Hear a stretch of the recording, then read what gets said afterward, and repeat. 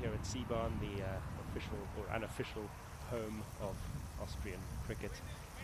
We now have a week of international T20 cricket between the women of Austria and the women of Germany. We're about to get into the action with the women of Austria having won the toss and elected to field first.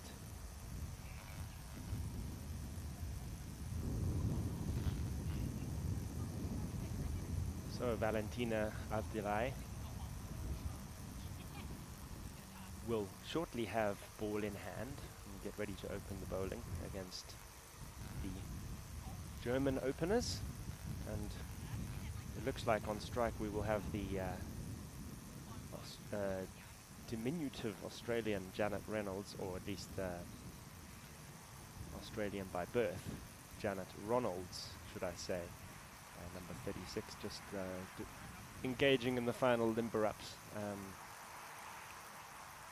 as Germany look to post the total in this first international game at Seabarn for quite some time, and in fact the first official international match of all time for the Austrian women. It's quite a fresh thing in Austria. The women's game has been, until now, on a semi-informal basis, but this is an official ICC international game, and it's about to get going. As soon as the umpire says he's ready, as soon as Ronalds has a look around the field, which she has now done, it's time to play ball.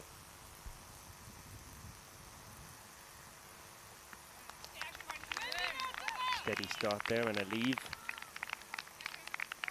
which is something of a rarity when we've been watching T10 cricket lately, but this is going to feel a bit like a test match, playing 20 overs after some of the recent activities at this ground, which of course included the ECN Austria T10 for the men just a couple of weeks ago. That's a tournament ongoing.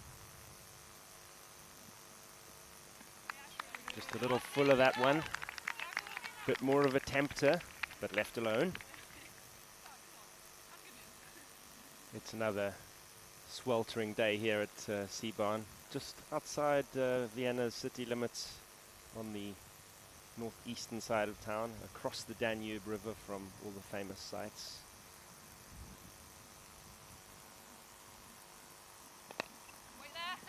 Straighter this time, and there's a thought of a single, but Ronalds is going to stay pinned down at the striker's end. Seabarn absolutely thriving at the moment. The outfield is as good as it's looked in a long, long time. And it certainly is getting plenty of sunshine. Not a cloud in the sky today.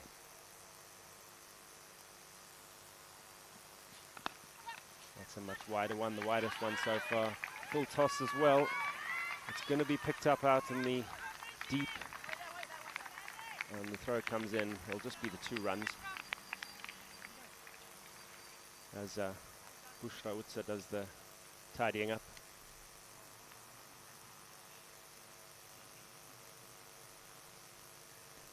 Seabarn's had a lick of paint this week. For those who watched the ECN Austria T10 recently, the fences around the side should look even brighter than they did back then.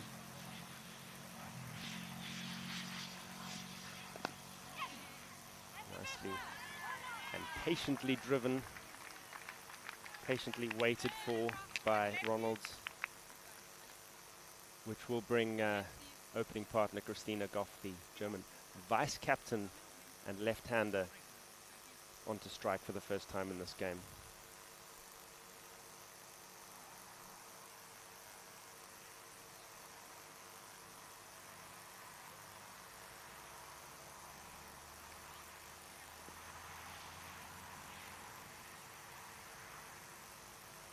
Here's Avdilai, one of 3 sisters in the Austrian women's setup.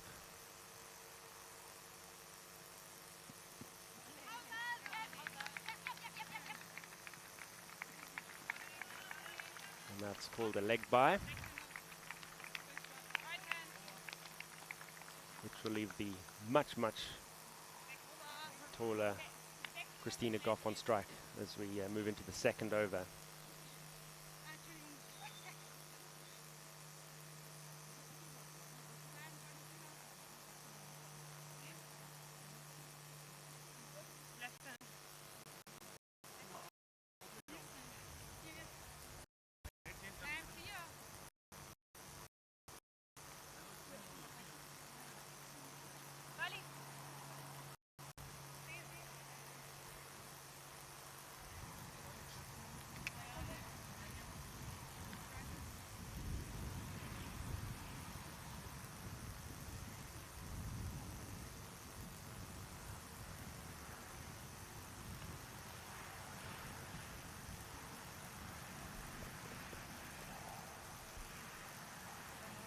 So it's the Austrian captain who will open the bowling from the other end, and arguably star player as well. That's Andrea Cepeda.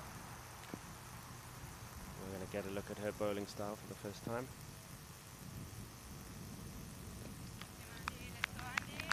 That is likely to be called, and is. So she'll just have to fix up the radar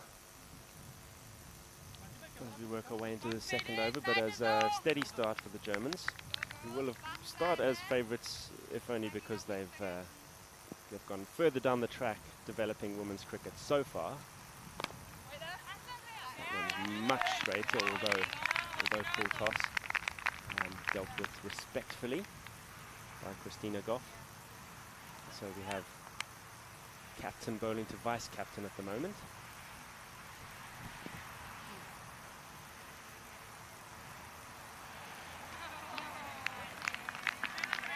Very hard to resist having a big swing at that outside off stump, but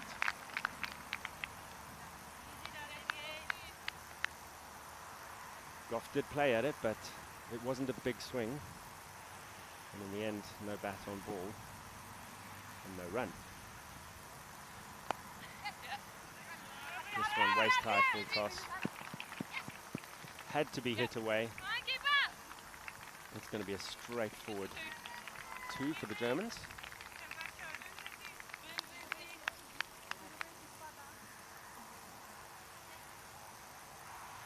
As they ease their way into building a score, no boundaries yet.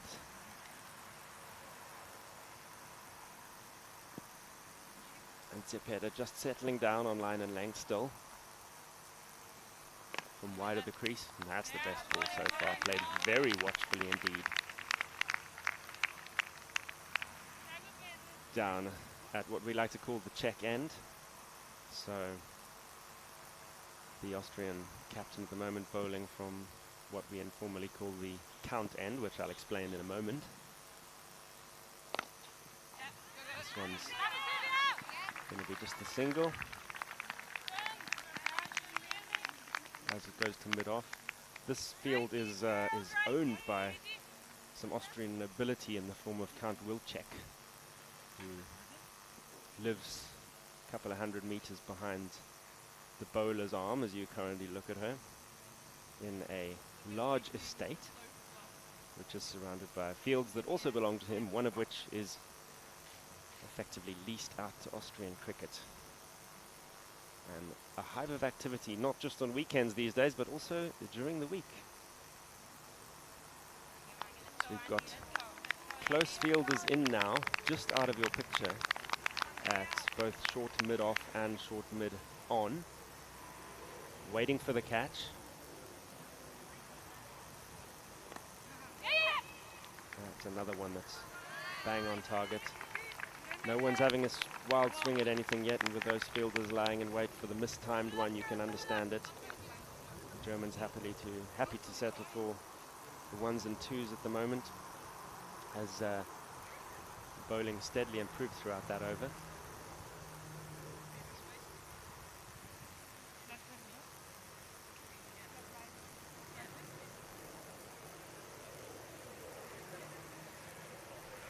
It's going to be Valentina Abdelai again to continue from the Czech end. So named because it's closer to the Czech Republic, which is not all that far up the road here in Vienna.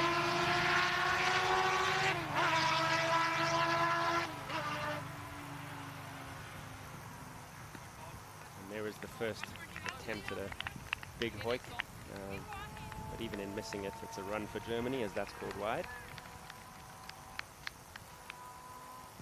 Nicely tidied up there by the keeper down the leg side.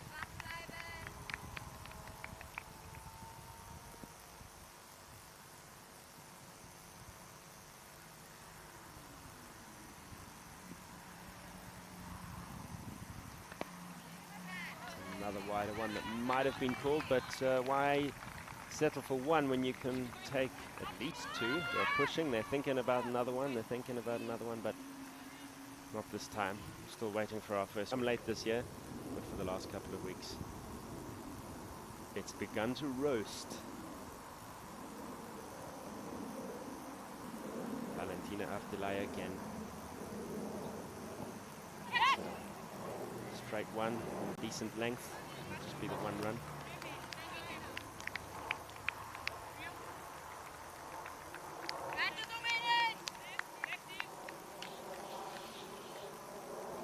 There's a hot cauldron out here at Seabarn.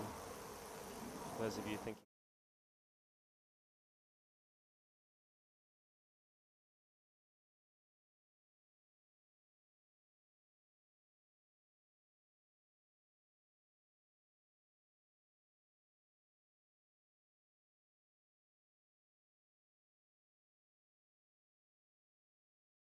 That one.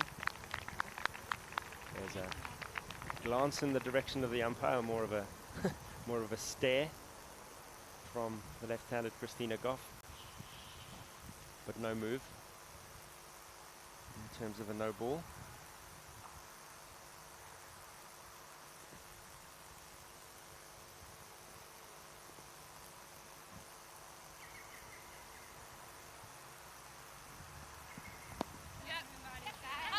She waits for that one very nicely. There won't be time for a second.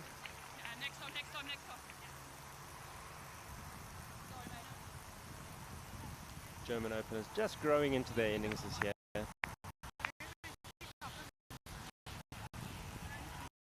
In what is national T20 activity, this is a good old-fashioned bilateral series with a total of 5 matches set to be played.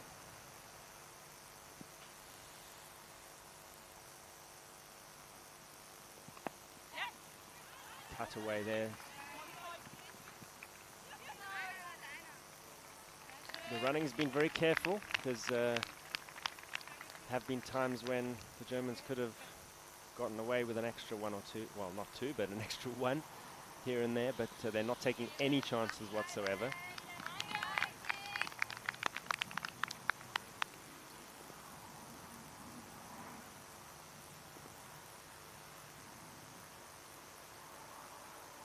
Two of their best players at the crease here.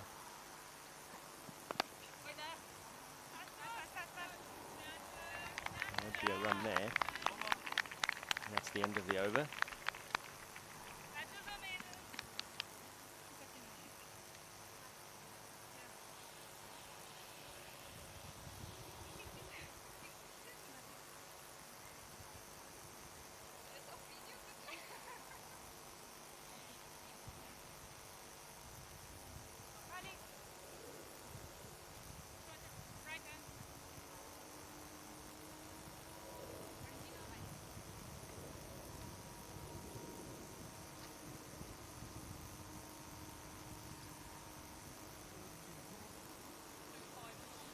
So Andrea Cepeda is ready to get into her work again for a second over. And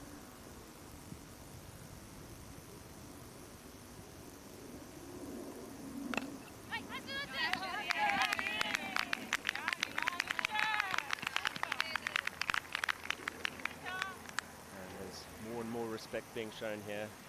A couple of wayward deliveries, started with a wide, but now right on the money. Good batter, good bowler she is. And that one would definitely have been going all the way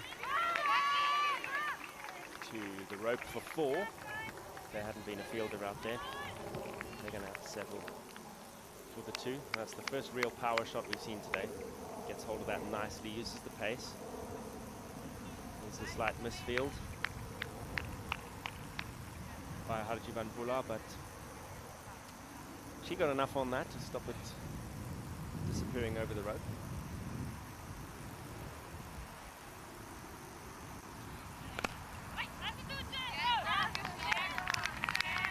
Seeing here how the Germans can play strokes all around the wicket and rein it in where necessary, but also give it the treatment where necessary.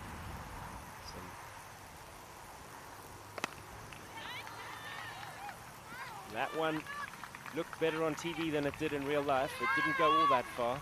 There was a fielder under it, but catch wasn't taken.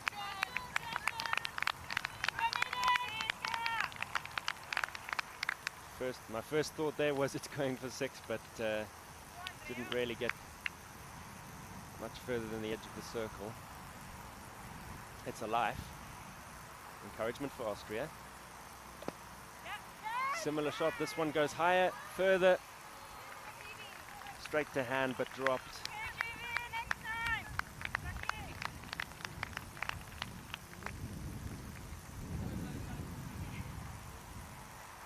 Well, Bula down in the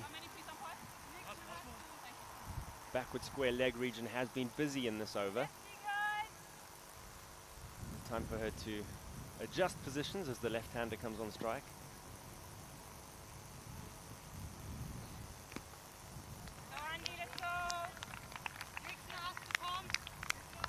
Reminiscent of the first ball of the spell by Andrea Tepeda. A clear wide on that occasion.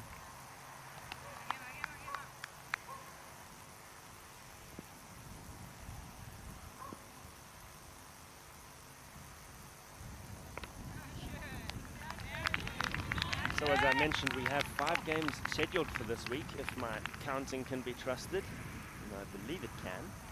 So today it'll just be the single game as we finish the 4th over there. Tomorrow we have a double header, 10 o'clock and 2:30 European time. This is all the same 2 teams as I mentioned. It's a bilateral 5-match series. And on Thursday they'll be playing at 11 o'clock Vienna time, which is the same as Paris time, Berlin time, pretty much anywhere in Western Europe you like time, apart from Portugal. And on Friday they will be playing the concluding game at 9 o'clock, and we're all fascinated to know how the series will stand when Friday rolls around. 21 without loss to score, as a 5th of the innings has been completed. I'll delight to continue. It's called wide. And she's one of 3 sisters, as I mentioned, in the Austrian national setup. Also, Rezarta and Algulena in the squad and greater squad for this series, or extended squad, should I say.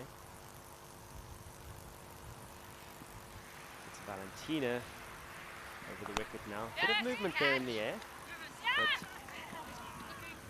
well picked up and helped along the way.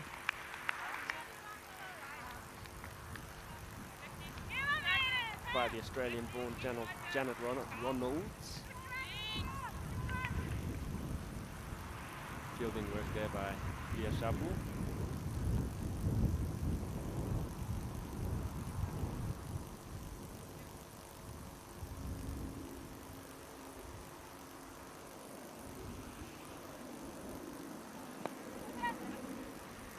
Starting to move around the crease a little bit now. Christina Goff. Getting the ball to where she wants it to be. Tucked away off the hip there. Avdelai, part of a cosmopolitan Austrian team, at least in the sense of their backgrounds. Most of them are born and bred in Austria, but the three Avdelai sisters are of Kosovo descent. Kosovan descent, I should say.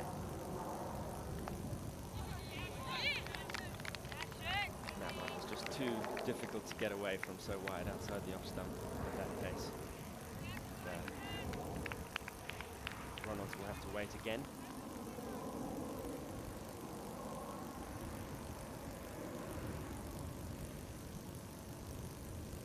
Austrians resplendent in red, the Germans a mix of red and black.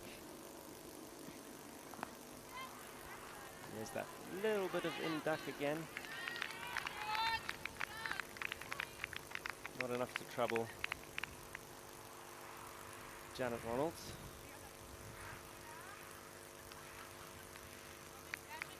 They really are a case of little and large, these two openers, because Christina Goffer is now on strike, is towering above most other individuals on the field. Not so her opening partner.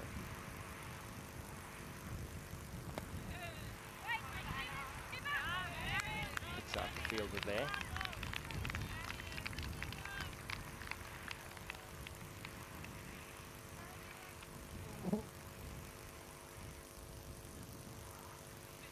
Very different look to the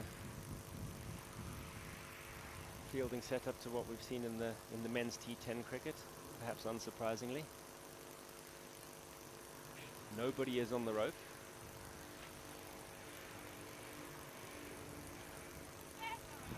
Although there is someone relatively deep at short third man, and it is her that will have to go and do the work.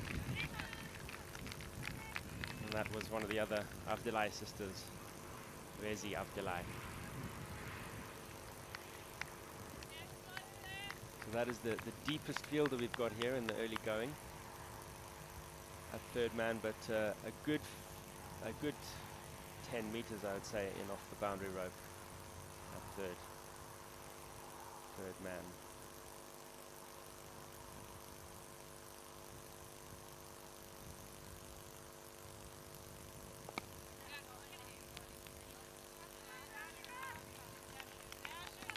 Another comfortable one there for Christina Goff. We'll keep hold of the bowling. The score moves to 29 without loss. Germany, as I say, the more established women's cricketing nation, without a question. This is Austria's first T20 women's international, and the first international cricket we've had here at Seebahn for quite some time. A matter of years, in fact. The Germans do have more resources and more of a established setup when it comes to women's cricket.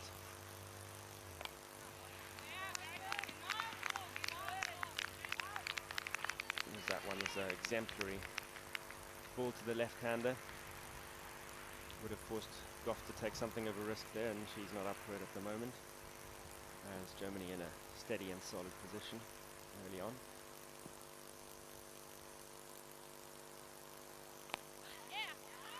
On that occasion, she gets a ball that asks to be hit, and is. It's the first boundary of the morning. Just a couple of bounces. And no chance for the fielders there.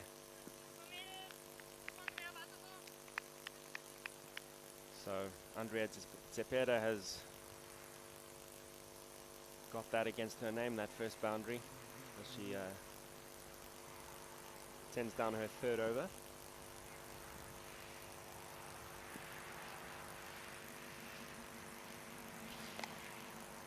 It's a good reply.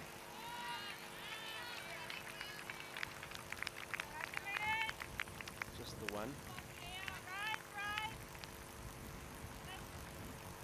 You can see there the difference in height between the two openers from the German team.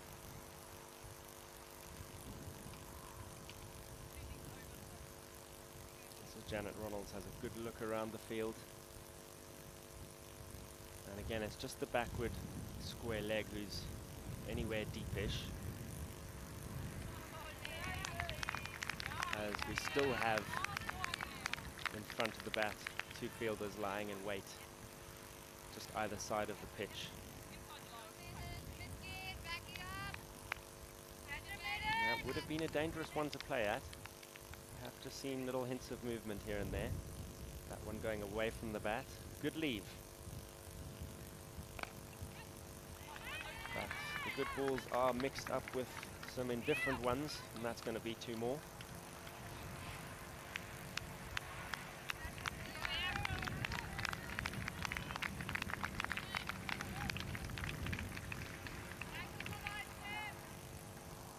Unlike Austria, Germany have been involved in some international T20 cricket already this year. That one hangs and dips and it's left alone. Certainly mixing it up. Here's Andrea Zepeda. We'll see if she gives herself another over. With the score at 36 without loss. The Germans were in Oman earlier this year, where they also played a 4-match bilateral series against the host nation. And to give you some idea of their abilities, they won all 4 of those games, batting first in 3 of them. I'll give you some insight into the scores in a moment, but we have a change of bowlers. It's the Austrian vice-captain now, who's going to bowl from the Czech Republic end. And that is Joanne Stiglitz.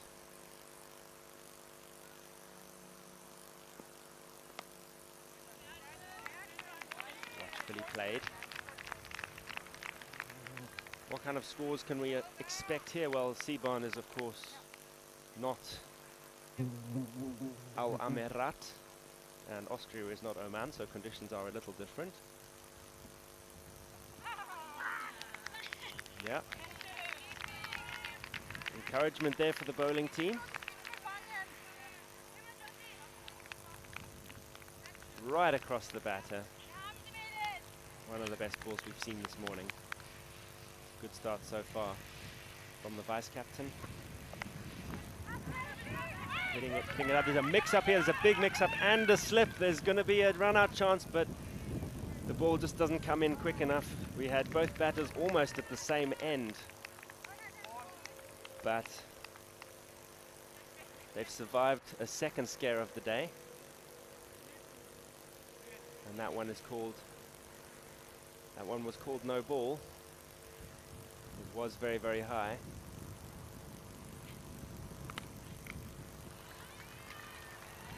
And the free hit is bashed away. And that's a second boundary for the Germans. First time we've seen anyone coming down the wicket, but not unheard of when you're facing the ball that follows a no ball.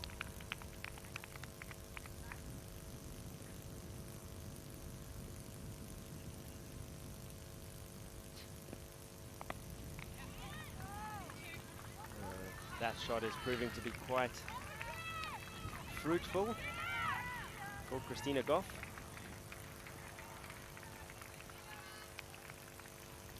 Who gets another couple to her name.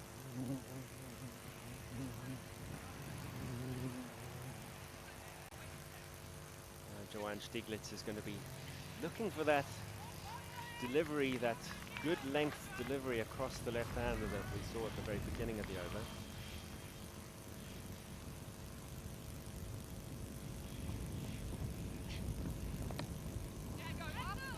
Unable to cut that one off, and there's time for a single. Just the one mix-up so far, and you did think when Janet Ronalds had not only ended up at the wrong end but also slipped that it was run-out time, but the fielding not quite sharp enough. Not bad, just not quite there for the run-out. So it was another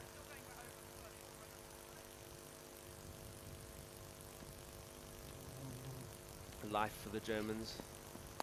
And this one could go all the way across that quick Seaborn outfield. 4 runs.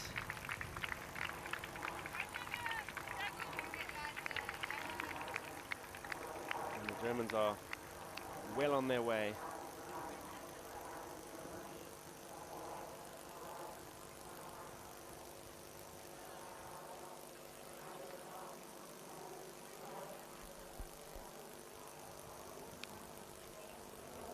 As I mentioned, Oman is not Seban and Seban is not Oman, but we do have a very hot day and a good outfield, so just bearing that in mind, could be worth mentioning that the Germans scored, they posted scores of 172, 124 and 128 batting first in their tour of Oman.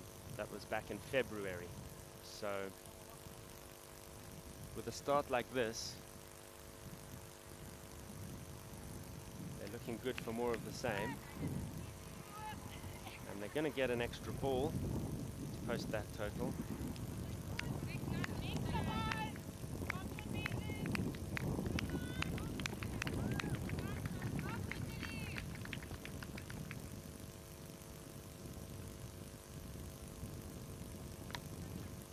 Much better that time around.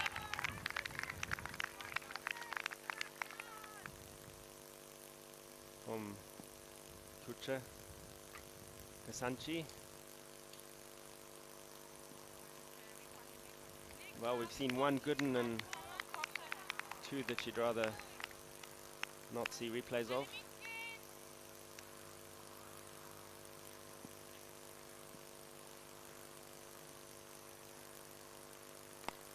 This one's going to get the treatment. There's no one out there. And more runs. As Goff actually has goes into the lead as far as the running contest between the batters is concerned, and moves into the 20s. Kazanchi again. We'll have to re-bowl that one.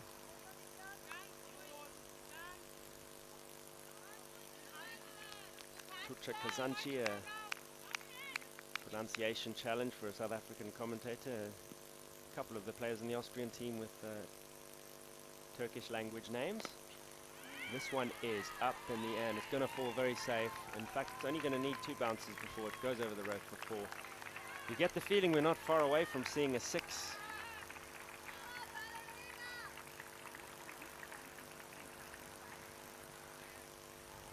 How long will it be before one of Ronald's or Goff clears the rope? How long will it be before we see another batsman? These two are looking very settled. My money is on the 6 at the moment. Before the wicket.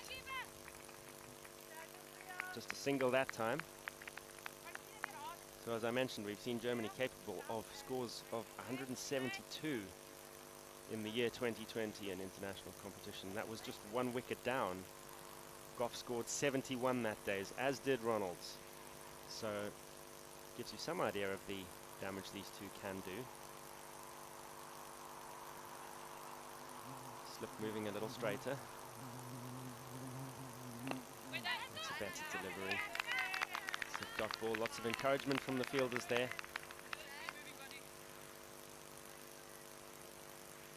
Still got the 2 close in front of the bat. No danger of a catch from that one. That's going to be at least 2 runs.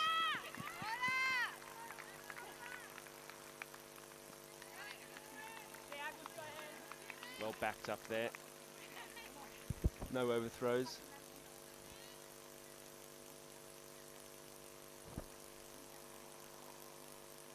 And that's the end of the over. So as I mentioned, these are batters that can do some damage. 71 and 71.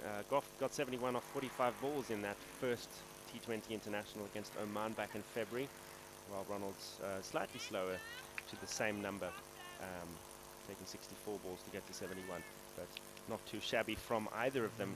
And as I mentioned, they were only 1 down at the end of that innings. So if you can't get through this German top order early, could be a long day. Joanne Stiglitz again. Getting more movement than most. That was, and that showed in the way that one popped up, I suspect. But it did fall into nobody's land.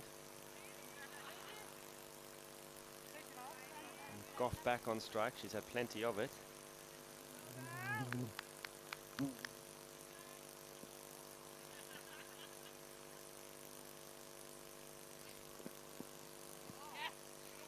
one beats the keeper. Just be the one.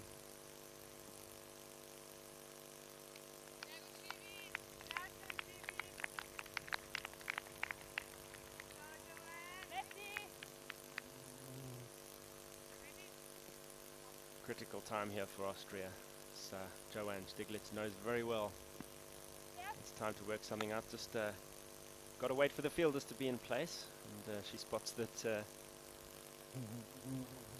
square leg is moving a little bit finer as she's running up, aborts and goes again.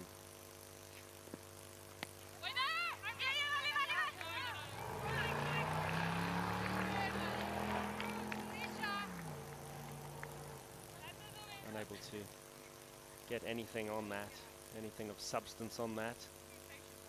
Christina Goff, even though there was a gap there, and no chance to scamper down the other end.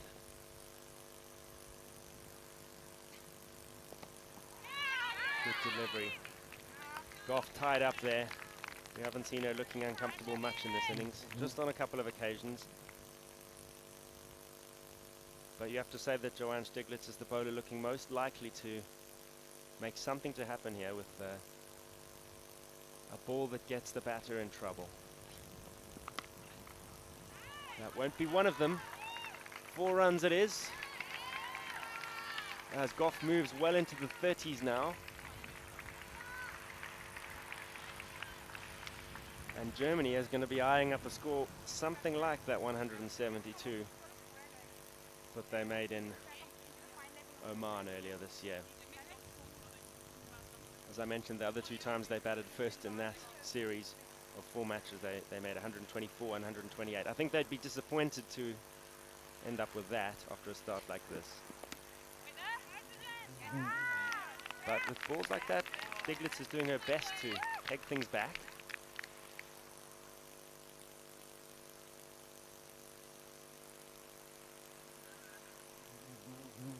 Ronald's just regularly in the runs in the 4-match international season for Germany so far.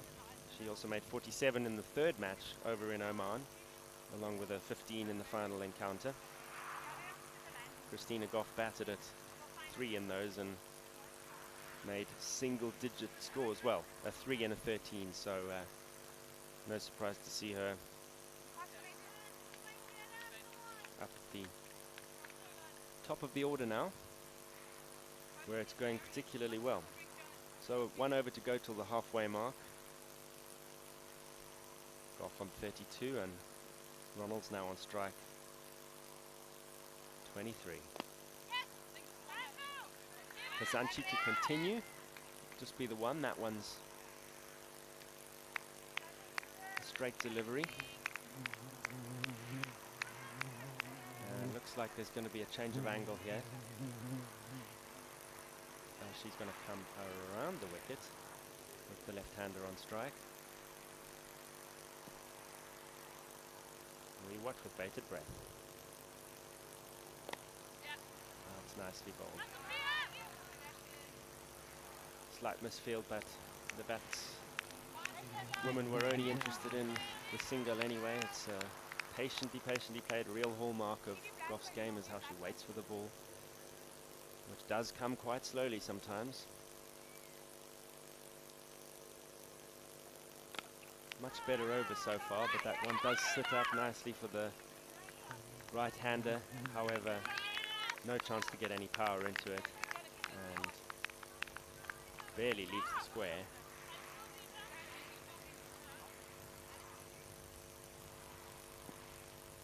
Kasanchi will be happy with how this over's going so far. Just keeping it down to singles.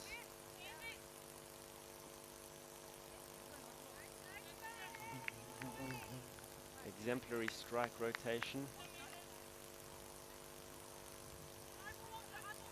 from the German openers. Field's just beginning to spread a little bit now as we work into the 10th over.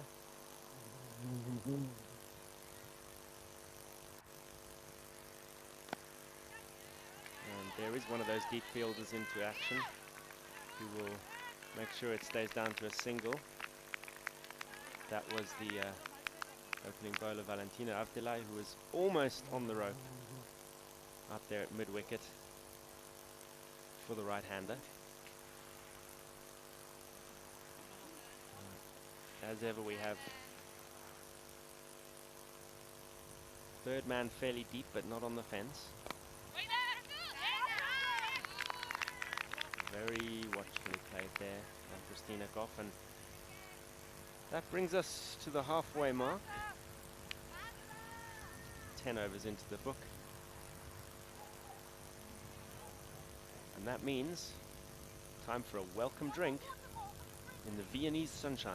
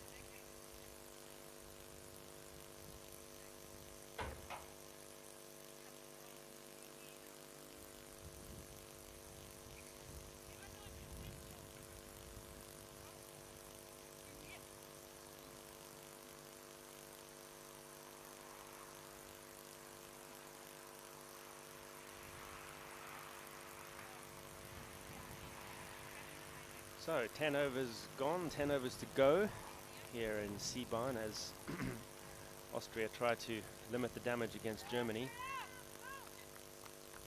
who are 73 without loss. An ideal start with openers Janet Ronalds and Christina Goff looking pretty set. They've had a scare with a run out. They've had a couple of catchable chances go down, but in general they've looked in control.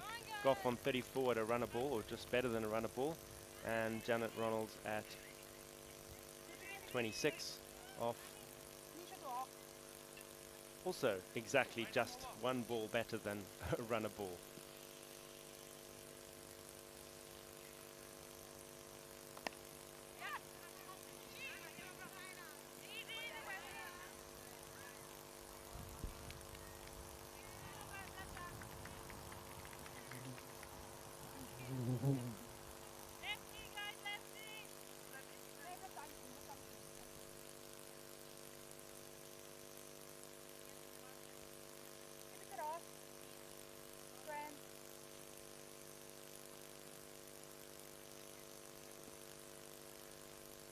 Off will be looking to dominate here after the bowling change.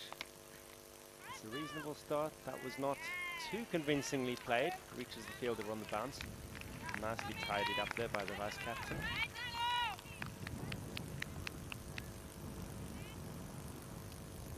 There's the Abdilai, the bowler now.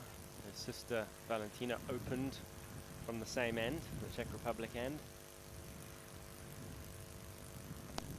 Some movement off the seam there. And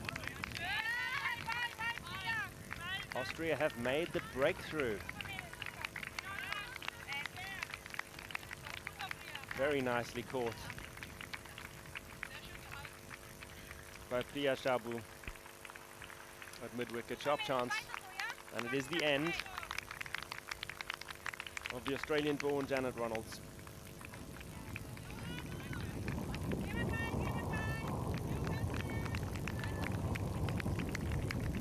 Plenty of applause from the teammates there. She's certainly done her job. No doubt about that. As an opener, you want to build a foundation, and 75 before the first wicket. The 11th over pretty much ticks that box. So next to bat is the captain now, so captain and vice captain at the wicket. So it's Anu Dodabalapur, who lost the toss earlier today. Taking strike, similar delivery.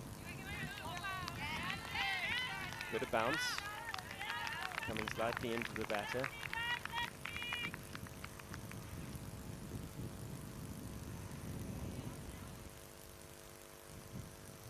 Immediately she gets off strike.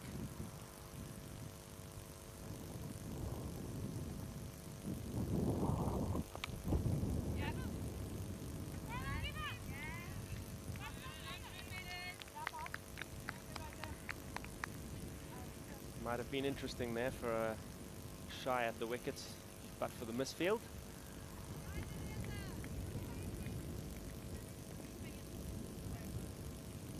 Dodabalapur back on strike.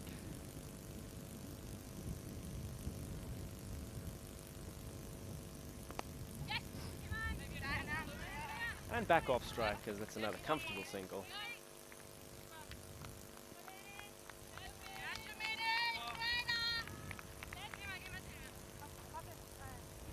Run a ball at the moment. It's the end of the over.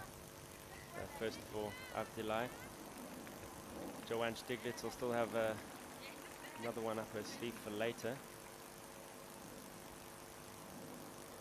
It was important to make that breakthrough after drinks so that Germany would not get away to an uncontrollable score like 172, which, as I mentioned, they posted against Oman. And I should mention, of course, how the rest of that match went on the 4th of February earlier this year.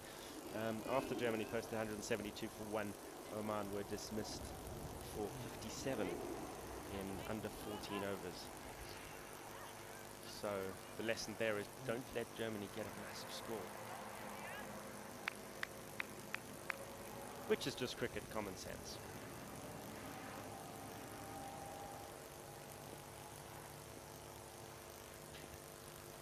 Sylvia Kailat now is it's a double bowling change. Longest run up we've seen. Hard to get a lot of bat on that, but enough for a one.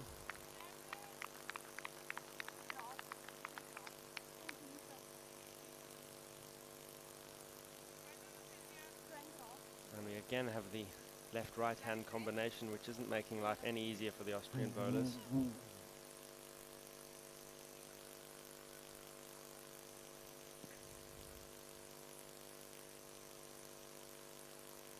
Kailat. In off the long run again. That's a nice delivery. Threatened the top of off stump there. Didn't come in a straight line either. From the right arm over the wicket angle.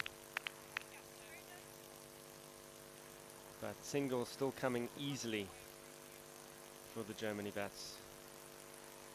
Women.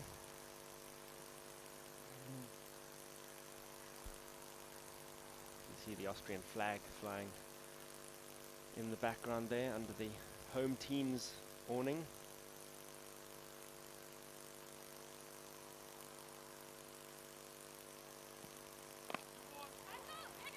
That one is played.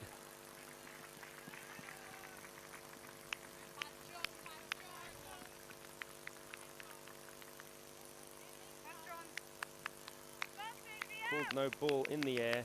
Would have been a great take, but it wouldn't have counted anyway. Kailat must bowl it again.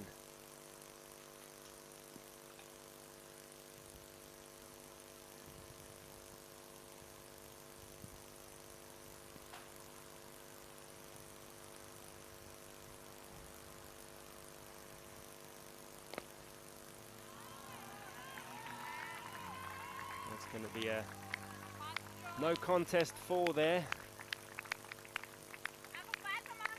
As Christina Goff moves into the 40s. And it's one of the first times we've seen someone really play across the line, heaving it from well outside off stump over towards cow corner. Still waiting for the first 6. She still looks the most likely candidate as we get to the business end of this innings. In a couple of overs' time, could it be more and more likely? Kailat draws her forward there, and she's just not able to do anything with it. Plenty of good balls from the Austrian bowlers today, you have to say. There's just been some consistency missing, and not quite enough of them in a row to see wickets falling on a regular basis by means of building pressure. But we've already seen enough potential in the Austrian bowling today. The good balls have been pretty good.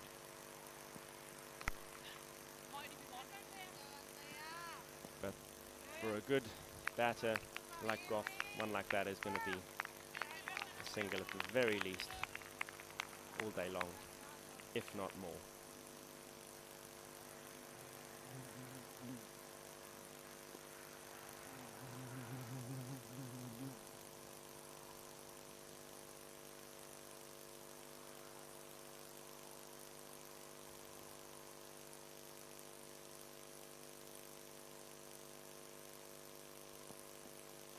Oh, very well bowled. That moved a long way, inside edge.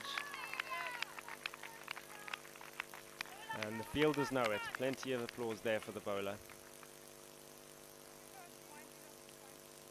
Hard for a relatively new batsman, well, a very new batsman,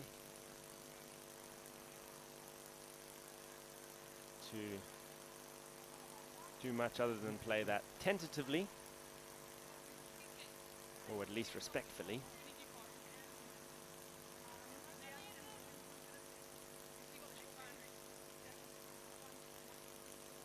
Anu Dodabalapur, the captain, at the non-strikers end now. Made 27 over in Oman, also a duck in the 3rd game. Down the wicket now. We're starting to see signs of more aggression from Goff, with shots from wide of off stump over towards cow corner, and the advance down the wicket.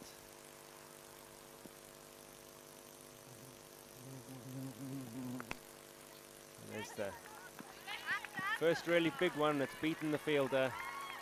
First big one for the German captain. 4 runs with Germany into the 90s. And a surge of confidence for Anu, the captain.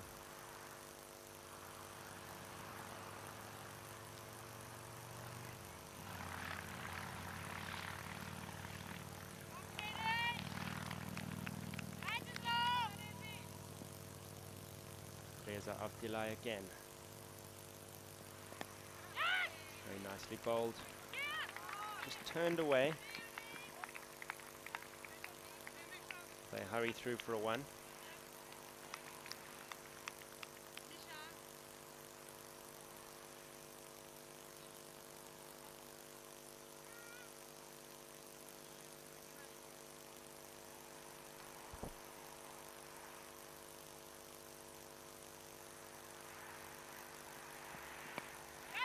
Still plenty of movement in the air.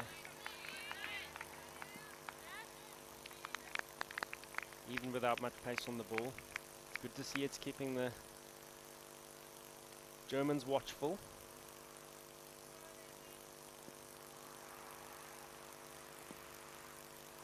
We're going to have to keep an extra close eye on what this ball's doing at the moment.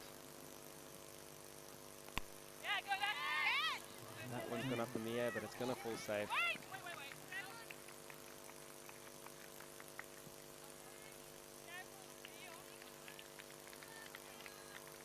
Anu plays that a bit edgily.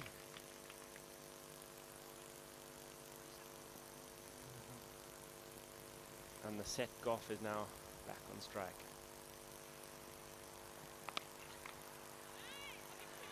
It's going to be another. They're going to push for the second here. Oh, they won't need to because it's just. Unfortunately, slipped through the fingers of Valentina Avdelight down there on the boundary around cow corner. And it's going to be another 4, so brings Goff within just a couple of her 50. She'll be eyeing that up in the next over, which will be the 14th of the innings, and we are just 1 away from the Germans notching up 100.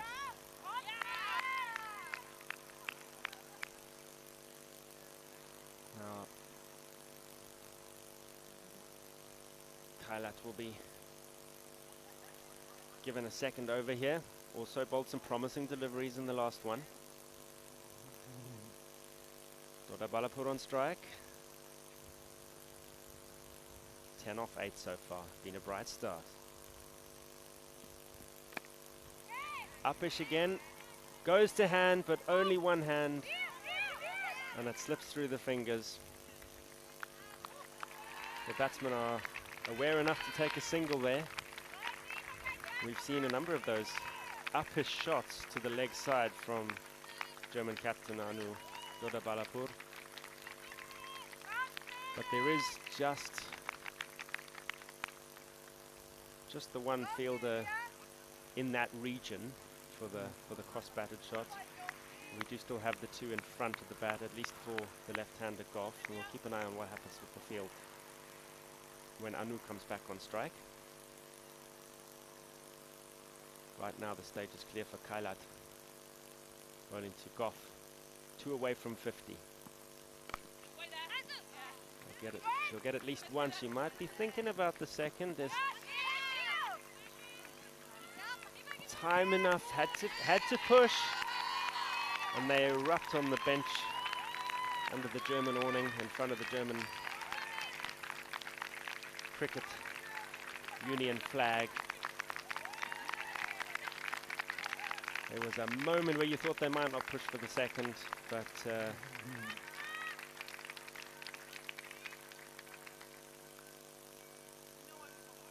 a socially distant celebration of the half-ton there. Distant-ish, let's say.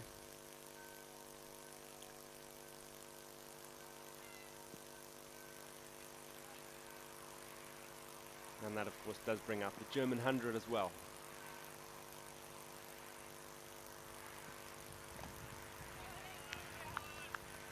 It's one of the few slightly less convincing shots we've seen from the half centurion today.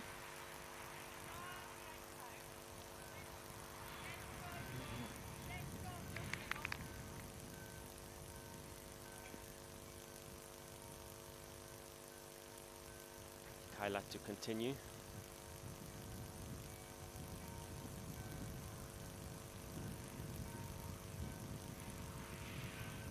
Longest run of the Austrian team. That could have gone for wide if it had been left alone, but of course if you can simply smash it away for 4, backward of square, then do that. Safely played.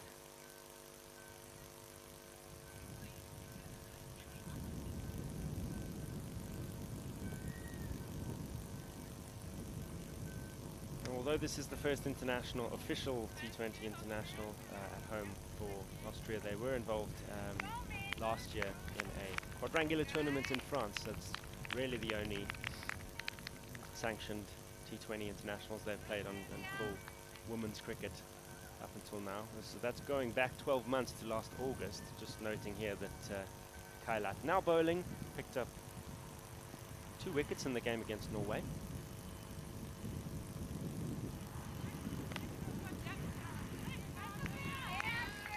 And again shows her potential with a nice delivery to the left-hander there. And her figures in that game against Norway, which Austria actually won chasing 99, were 4 overs and 2 wickets for just 28 runs. Good economy rate from all the bowlers that day actually, but nonetheless 7 and over is good in T20. And she'll be looking to get some more international wickets, ideally with the next delivery. Certainly made the batsperson think, but she'll have to wait for another over, as it is Reza Abdilai at the other end, who has the only Austrian wicket so far today, that of opening batter Janet Ronalds.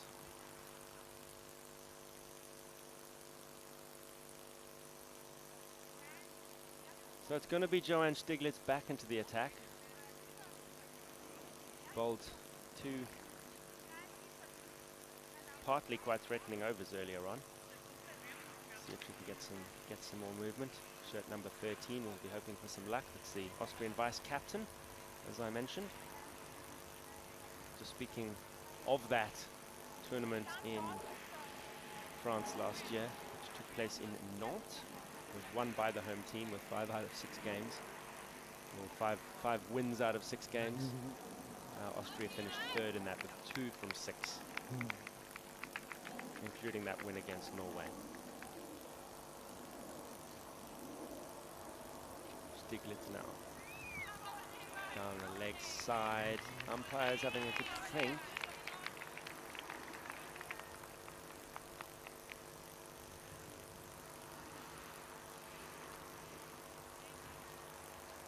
My apologies there. It's in fact Valentina Abdilai, the opening bowler, batting again. Opening bowler bowling again.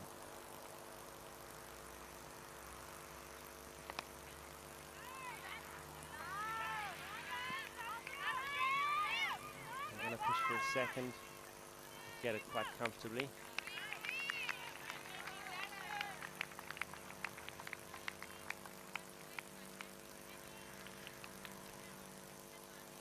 So it is the 4th over indeed for Abdilai. Decent figures actually, none for 16 so far in what was a very tidy start, as Germany didn't look to smash it out of the park from ball 1.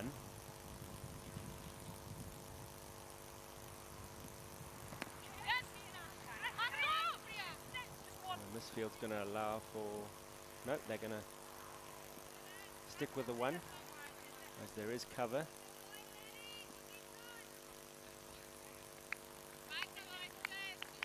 So it should be the last over for Abdilai here. There'll be another 5 to be bowled after this one. There's a sweeper in position on the rope. No one else as deep as that. She's unable to field off her own bowling, unable to stop the single. Enough backing up there to prevent the bonus run.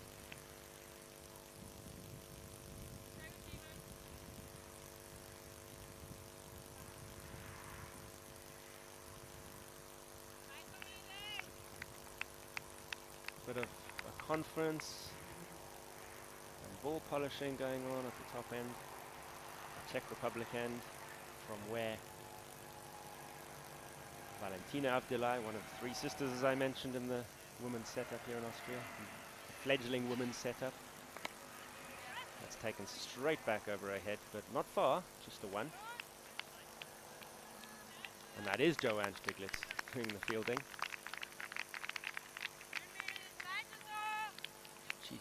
ball polisher down there at mid-off, mid-on, depending whether it's the left-hander or right on strike. There's been that mix at play throughout the German innings.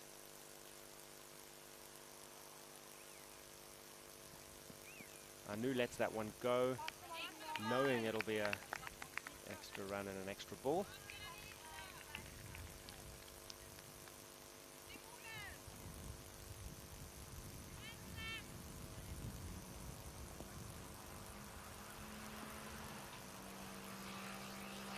Plenty of encouragement from Austria,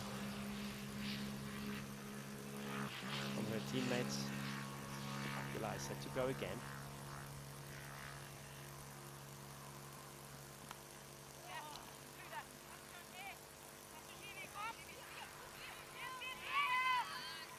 There'll be two there. Couldn't quite make out if there was bat on that. It was an edge. Yeah, well, the umpire is saying nothing to the effect of buys. So, yeah, those couple will go to Anu Dorabalapur's name.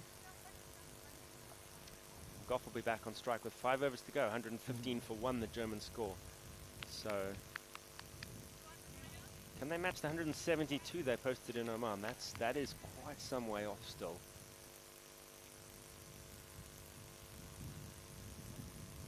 Worth noting that the Austrian women are not that used to playing here on the Seebahn ground. This is generally known for men's cricket. There is a ground inside city limits in Vienna where obviously there's less space for vast cricket grounds like this one. There is a field at Marco-Mannenstrasse, and that is where most women's and youth development cricket training or practice games take place. It's a bit of a treat to come out here to Seebahn. Is a larger field. And that's going to be 4 all day long. As Christina Goff bares her teeth. And shows new bowler Andrea Cepeda, or returning bowler Andrea Cepeda, how she would like this over to play out.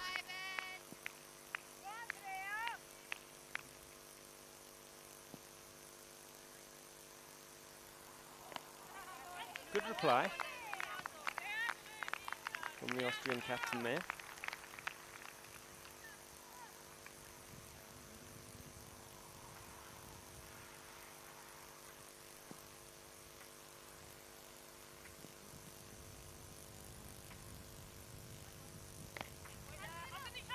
And that's a rarity, in fact.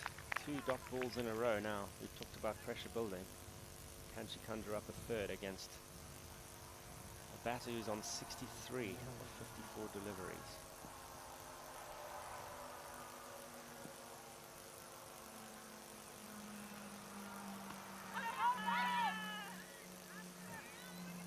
Not going to be a dot ball, but it is called a leg by. And that one has to go down as a win of sorts for the bowler. Apart from the first ball, it's turning into a tidy over.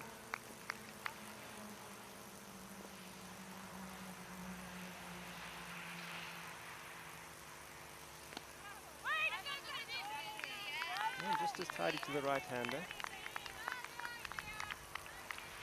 There were some issues switching between the right and left-hander earlier on in the previous spell, but no trouble there. There will be 1 run straight if she continues to bowl at full. There's a single there. Both batters very watchful of the movement in the air.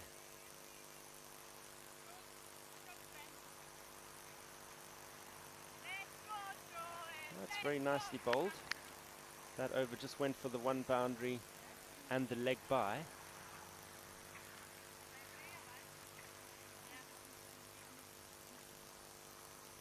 Which will go some way to helping Austria keep this total under some kind of control. 120 is a decent score in men's cricket. you definitely want more, but it's a defendable score in men's T20 cricket, just as some kind of reference. As the most of the cricket that has been played in T20 at this ground has been in the Austrian men's leagues, of which there is a T20 and a 40-over competition.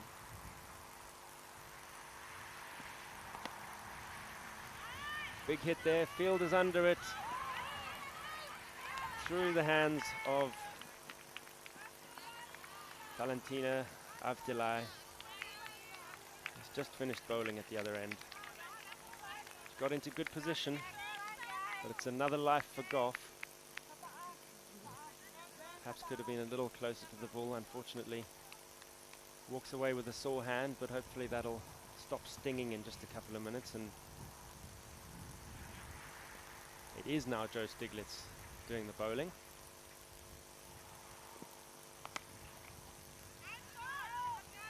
It's a similar shot to a similar area, doesn't carry as far, no chance of a catch, and they will run through for 2.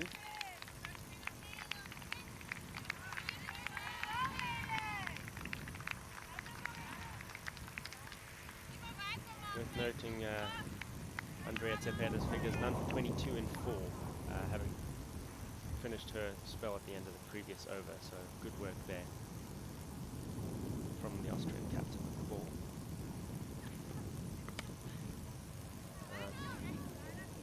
It's becoming a little too easy for the left-hander to help herself to runs on the leg side in this over.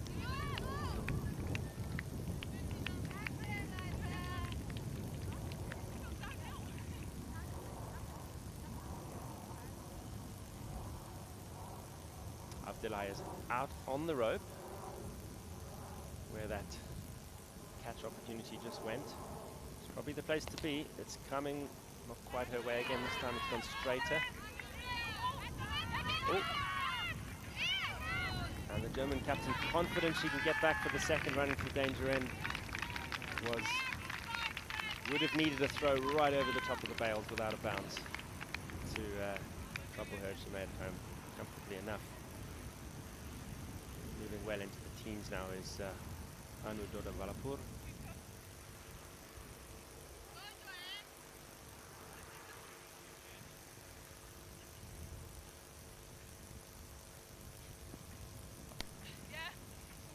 See one played into the offside for a steady single for Goff. Moves on to 72. As we're in the 17th over.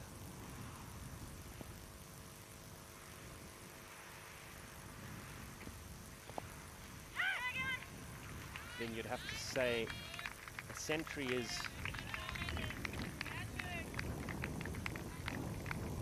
perhaps not entirely likely, but certainly doable. Christina Goff will have to believe that with 3 left, she can get 28 runs. We'll need some real power hitting. As we have just overs 18, 19 and 20 to go.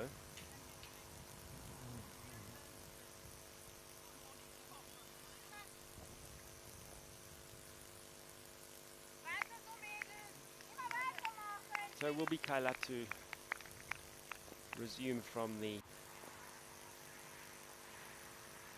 Count's residence end.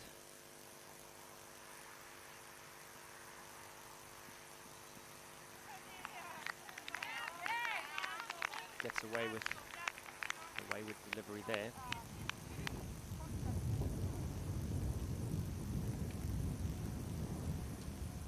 Does Sylvia Kailat.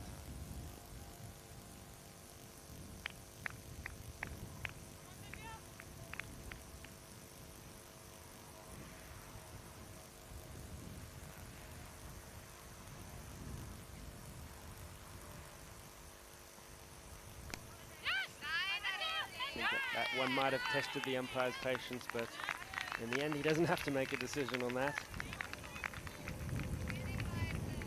Anu gets off strike, and as we mentioned, Goff has an awful lot of runs to her name, and though Anu is very capable, she may well see a bigger picture that involves her giving the strike to Goff as much as possible. She does test out the boundaries just that little bit more, and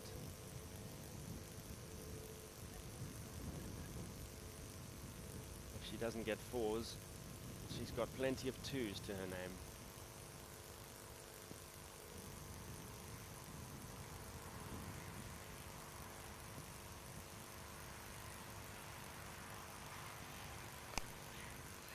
You could see her winding up to hit that one, but the catch is taken.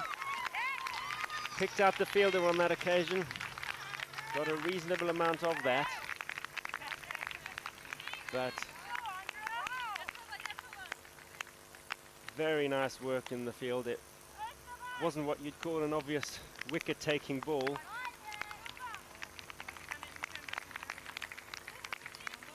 But it's the Austrian captain who shows how it's done. Andrea Cepeda takes the catch in the deep. And it's a well-played knock there from Christina Goff. Broad smile as she heads back to her dugout with a score of 72 runs, which will set quite the mark for top score of the day. Mm-hmm. 72 off 62 deliveries. Excellent work there, and she is almost not single-handedly, that would be unfair to her opening partner Janold Ronalds, but she's played a large part in setting what will be a tough target for Austria. Umpire says no.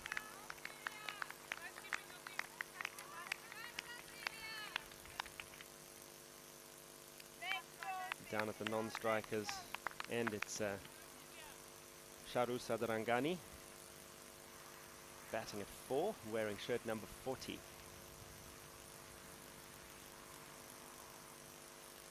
now Anu will have to play the senior role as we work through these last 3 overs. Fielder in place at cow corner on the boundary. That's the only fielder completely on the rope, as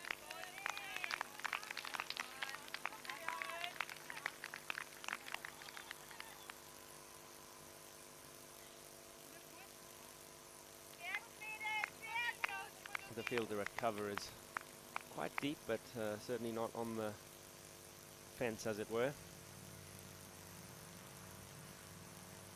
German innings drawing to a close, and it's up to Austria now to make sure it doesn't balloon out to something like 170. This should just be the one if the fielder is attacking it nicely, and she is.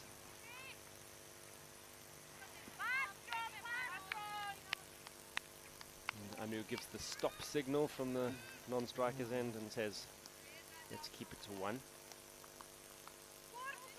So Charu will get her first taste of the strike.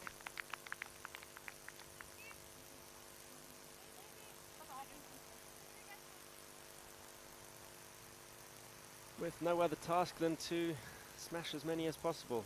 No danger of Germany being bowled out here.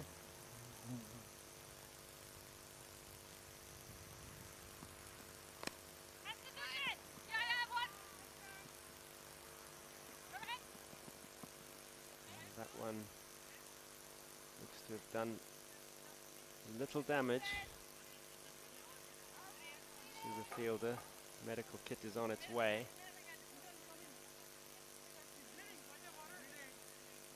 So that one just sat up quite awkwardly. You do get the odd bounce that you wouldn't find at Old Trafford or the Sydney Cricket Ground here at Seabarn, although the outfield is as good as it's been in a long time, as I mentioned, and as fast as it's been in a long time. It can just play the occasional trick on fielders, and nearly everyone who plays cricket here in the Austrian scene, yours truly included, has worn one in the face sooner or later, and 9 times out of 10 it's painful for a while and you get away with it. We of course hope that will be the case here. So 135 2 is the current score, 1 ball remaining in the 18th over. So Sylvia Kailat will have to bowl that. And because the batters did sneak a run to that misfield, it should be a new on strike. She's on 17 off 19 balls, the German captain who came in at number 3 after the openers set a very strong and long foundation, making it to drinks without loss. And it was only the over after drinks when Austria managed to make that first breakthrough. So a bit of a hold up in play here, and just worth mentioning, I suppose, that this ground here at Seabarn is actually quite established in the European cricket scene. It's a purpose-built cricket ground. It's one thing we have to say. There's no hockey or soccer or any other nonsense going on in this field. It is for cricket. Kindly leased to the Austrian cricket community, let's say, by the Count Wilczek, as I mentioned earlier, who lives next door and owns all the surrounding fields. If you're lucky, you'll find a potato in one of them at the moment. I managed to, perhaps I shouldn't say this on air, but I managed to nick a nice one after training the other day and boiled it up yesterday. It's only bite-sized, mind you, but tasty enough. Suffice to say, there's plenty of agriculture going on all around the ground, except up there in the middle where the international cricket is happening at this moment. And as I mentioned, it's an established venue. It's been here since 1995, actually, so that's a good 25 years. We're actually, come to think of it, in an anniversary year for Seabarn, making the quarter century.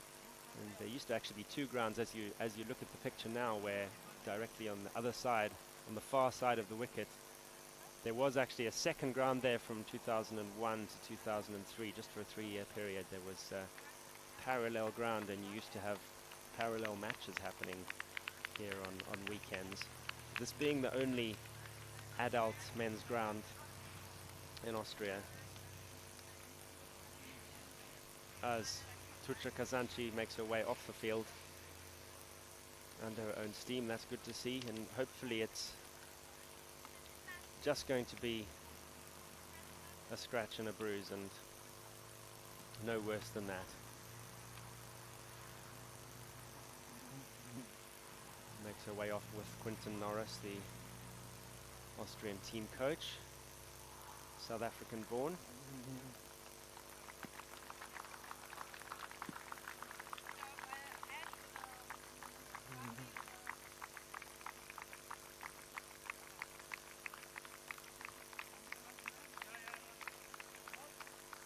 Well, Kazanci definitely took one for the team there, and I'm just looking for news of a substitute fielder.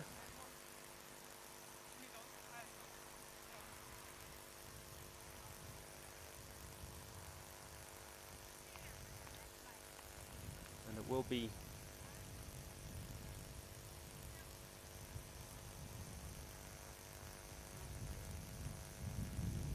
player number 7, Ashman Saifi, who will come on and be player 11 for the rest of this Austrian bowling innings.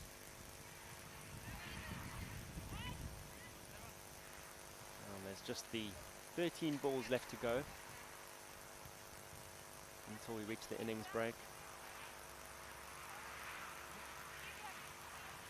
Following that hold up.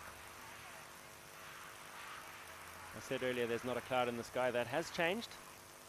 You can see a very, very tiny one just beyond that, just sitting on top of that hill that you're looking at now. And there's a few over to the right-hand side of the Czech Republic end, where strike is currently being taken by Anu Dodabalapur, the German captain, as we get set to go again and finish this 18th over.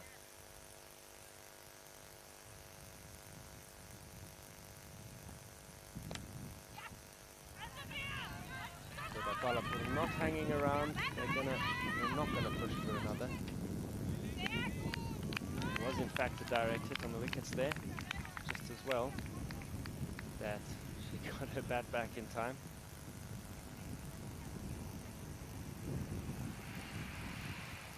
It was quite a close run thing in the end. Quite a close run thing. So 2 overs left to go, and that's 136. Germany will want at least 150. That would be a realistic target. The 172 they got earlier this year in Oman maybe a little too far, particularly with top scoring Christina Goff now back under the canopy.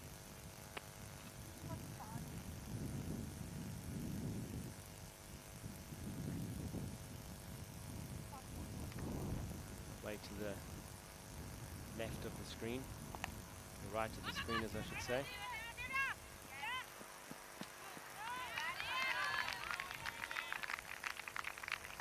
Just be the one there. Stiglitz moves it to her final over.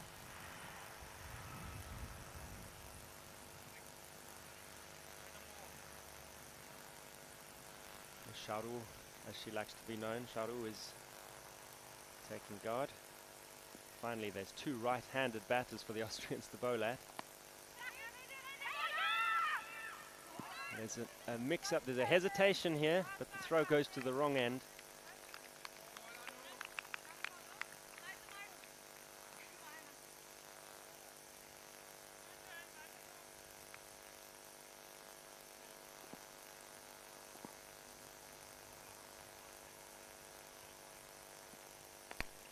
Anu takes it across from wide outside off stump. They're going to they should really get 2 here, and they do indeed.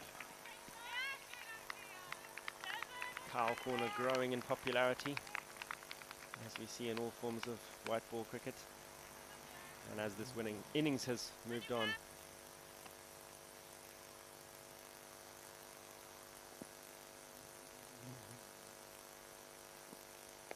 We're seeing even more of the same. This one's going to keep the fielders interested, and it won't have enough on it to get all the way to the rope, so another 2.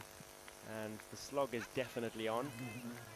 There were quite a lot of patient textbook cricket shots at the very beginning, and that played its part, I guess, in setting the foundation that Germany now have.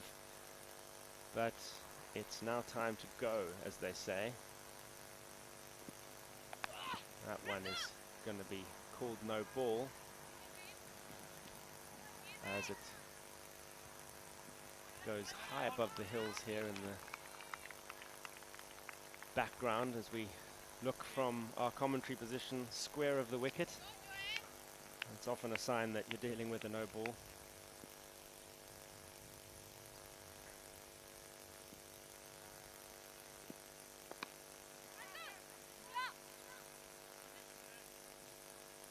Just be the one there.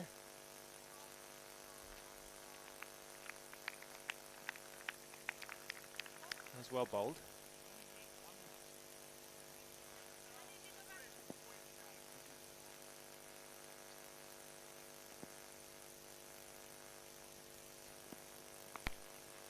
And again, outside off, over to Cow, and it's going to be 4. She's got enough on that one. And the ball bounds across the rope, and Anu is finishing the job well here. Sat up almost awkwardly high for the captain, but she times it well enough to split the field there. And she moves on to 28, so a good little knock at the end here on top of that solid base from Anu Dodda-Balapur, the German captain. She won't be on strike starting this final over, as Germany will begin on 149 for the loss of 2. So you'd have to say 150, as we mentioned, is most definitely on, and should be on.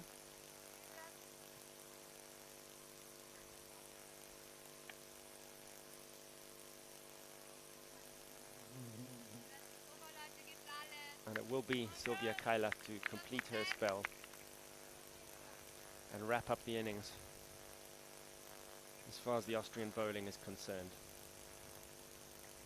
It's already a big total. How much bigger can Germany make it?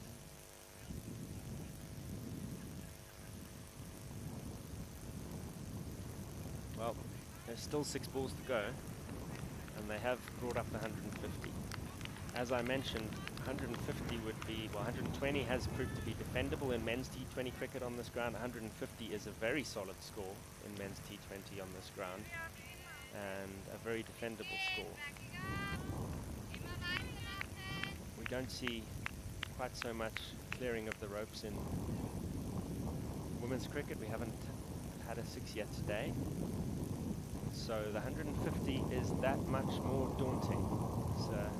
It's not as though the ropes are in here. It's the same size outfield as everybody plays every week. Waits for it nicely and pressures the fielder with a hurried single. She's unable to pick it up cleanly, so the batters get home, and that's important.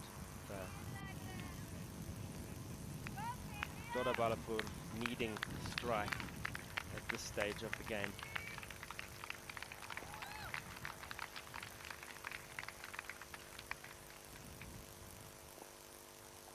Fielder out on the rope at Cow. Everybody else tucked in close or saving one. Saving 2, I'd say. That could have been a 1 save. The German captain hesitated there. It wasn't going to go for the run, but then with the misfield, it did in fact become a single.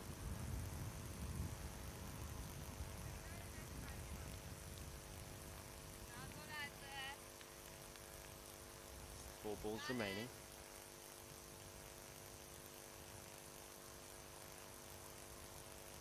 Four critical balls for Austria to get right.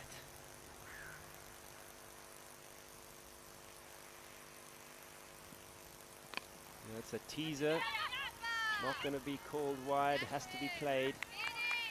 That's another 1. Brings the captain back onto strike. Now on 29.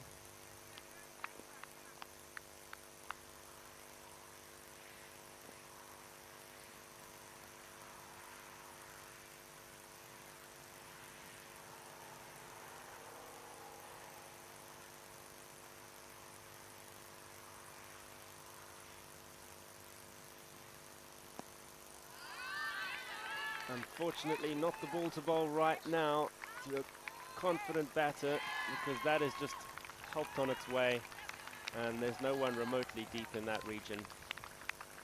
So it's a valuable 4 for the Germans. As you see, a lucky motorist passing by, getting a great view of that on the road into the village of Seabarn itself. That's what the field here is named after, the settlement just over mid-on as we look at it now. And it really is a village.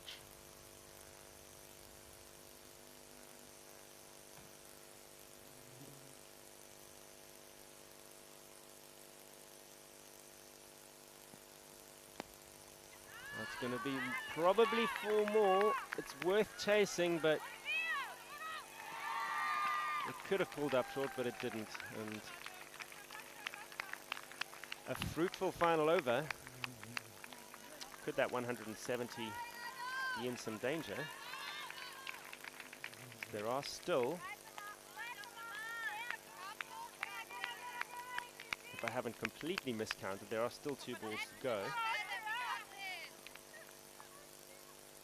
Which means that the 170, in theory, should be on.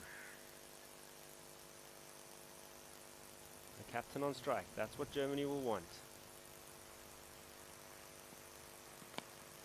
And she's found a gap here, but there's not enough power on that ball. So the fielder at Cow manages to run round and keep it down to just 2. That was perfectly positioned to go to the rope for 4, just didn't get enough of a clout. And this then will be the final ball of the German innings, unless there's a wide or a no ball, or any reason to repeat. Kailat into bowl for the final time, she will hope. And it will be the final time. It should be just a 1. It's picked up cleanly in the field. Both batters are home as they complete another single. Umpire Praveen says, give me the ball. That's it. Austria are going to have a target of 166 to chase down later today. And there's only one word for that. Tough. We'll see you after the lunch break.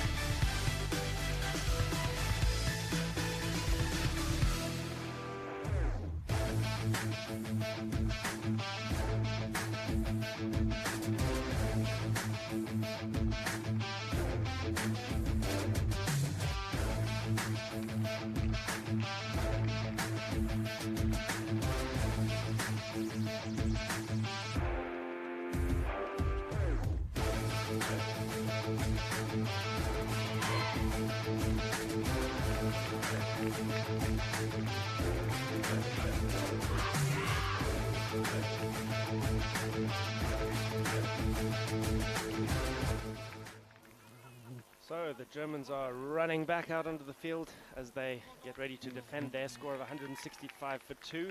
We've just heard the team cries from them and from Austria.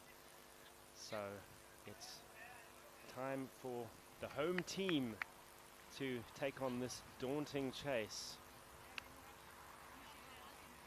Harriot Dhaliwal and Hadi van Bula will be the opening batters for Austria, and they are going to know exactly what kind of a flyer they need to get off to, and it is a particularly tough task given the lack of experience that Austria have at women's international level. This is the first fully sanctioned international women's cricket match here to take place here in Austria. So a bit of history in the making here at Seebahn Cricket Ground, just outside of Vienna, just about a 15-minute drive past the city limits through the lower Austria countryside. And we're getting set now for Deutschland against Österreich, part 2 of match 1. Of course, there's another 4 to come this week.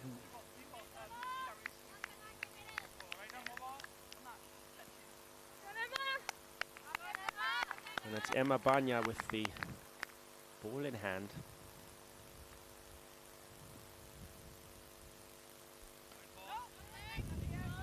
And there's a bit of a gift for Austria as they get going, with Hadi van Bula, the right-hander, able to leave that well alone and tick 1 run off. On an attempt to paddle around the outside, not sure if there was anything on that, but they'll get a 1. Also wide signaled.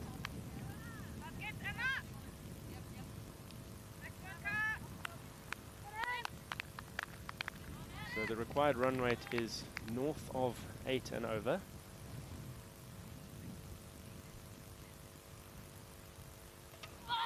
And there's not what you want if you're Austria. First ball.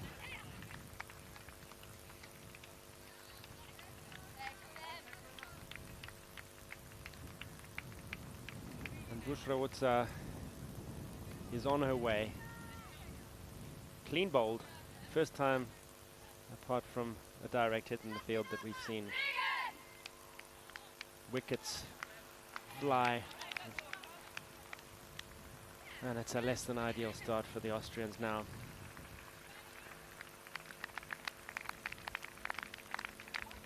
Pia Shabu will be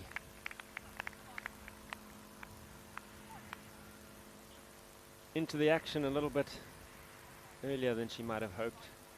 As I was saying, the run rate somewhere well over 8 and over, and this is not a dinky little cricket ground. It's not an odd-shaped, repurposed equestrian arena or polo field.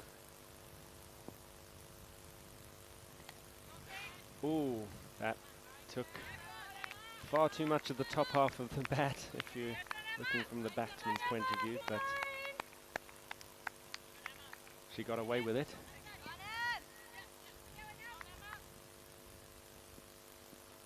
Emma Banya to continue. Again, up in the sky, but it's actually continued with plenty of pace over the heads of the shortish fielders at third man, a fine leg, and it's a safe couple.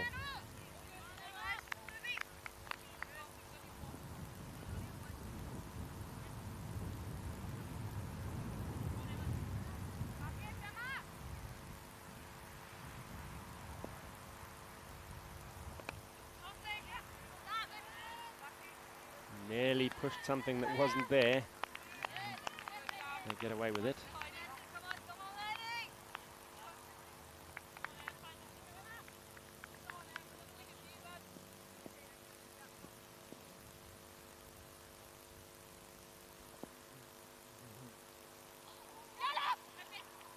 That's just dribbled down the leg side. No shortage of encouragement from the Austrian bench. Every single run is being cheered here. It was quite notable that we didn't hear so much of that from the Germans, and that may just be a sign that they are that much more confident and comfortable playing international cricket, and singles are not that big of an occasion for them. And that was nicely played, nicely tucked around the corner there.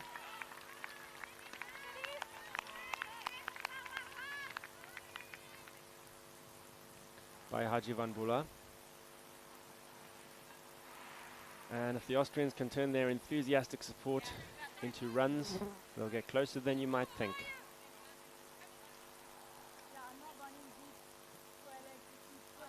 The two bats, women at the crease, will not be entirely delighted to see Christina Goff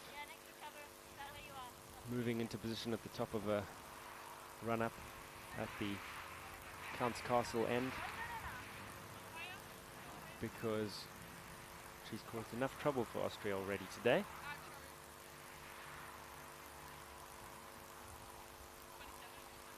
With 72 of 62 balls, very nearly half of the German runs came from her bat. And now she's about to show what she can do with the ball.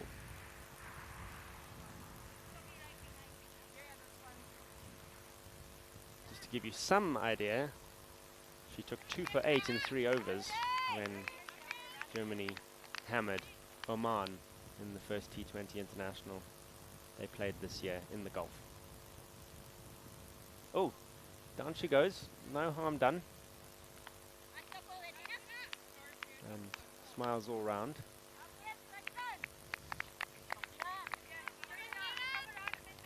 Can't accuse her of not putting everything into her action.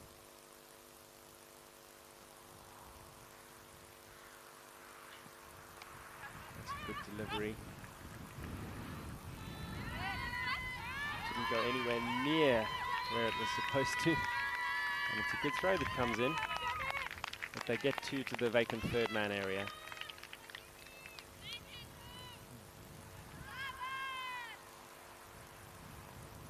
Christina Goff, a serious all-rounder for Germany. Seemingly a threat no matter what she does.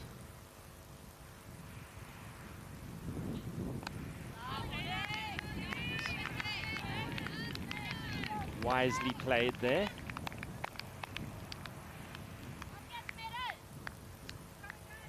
By Boulard.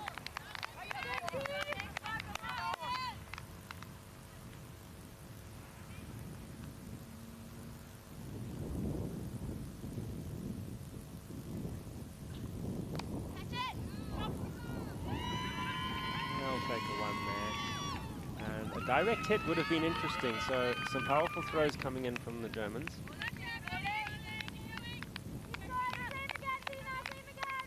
As we've said earlier, they've invested in women's cricket for a longer period of time and have been doing this quite a bit longer. They are the favourites. And with the 165 they put on the board earlier today, that certainly hasn't changed. Crucial at the start of this series that no matter what happens, Austria can build some confidence and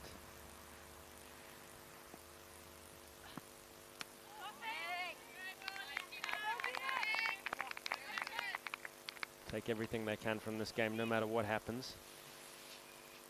Goff being as miserly as usual, actually looking at the third game that the Germans played against Oman earlier this year. She only went for 3 and over, bowling 4 overs, taking 1 wicket for 12. So a troublesome bowler to try and get away. And yeah, then in the final game in the Gulf, 4 overs, none for 15. So you certainly can't expect to be smashing her to all parts of the park. Now Emma Banya to continue.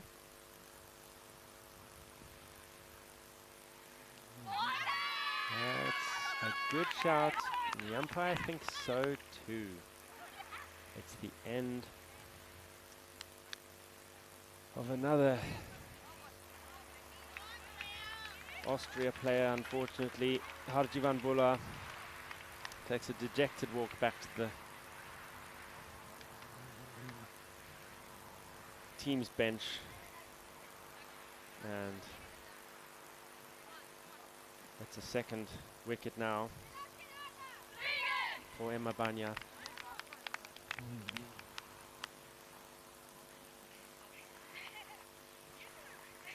One LBW, one bowled.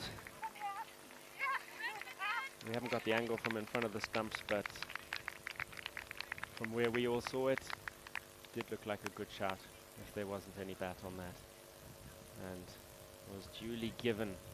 So just to update you on the injury we saw earlier during the Austrian fielding innings for where Tuccia Kazanci was struck in the face. She is okay, obviously has had better days, but is still here and watching, and it seems that no major damage has been done, so good news there after what looked like a unpleasant moment in the field earlier today. So now it's time for Andrea Cepeda to play a captain's innings. Just blocks the first one away.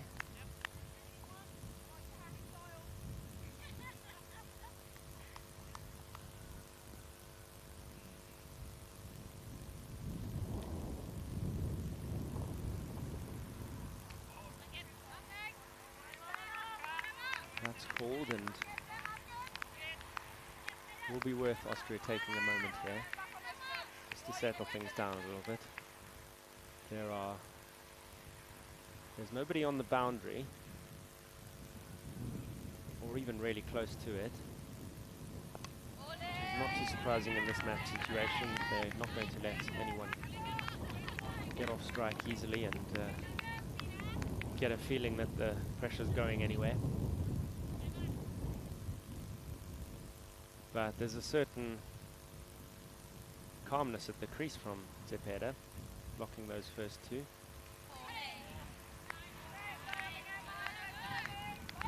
Can't get anything on that one.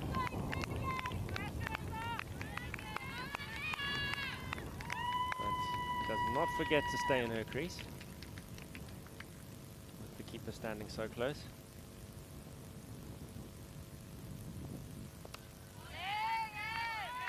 Again, straight lines from Emma Banya.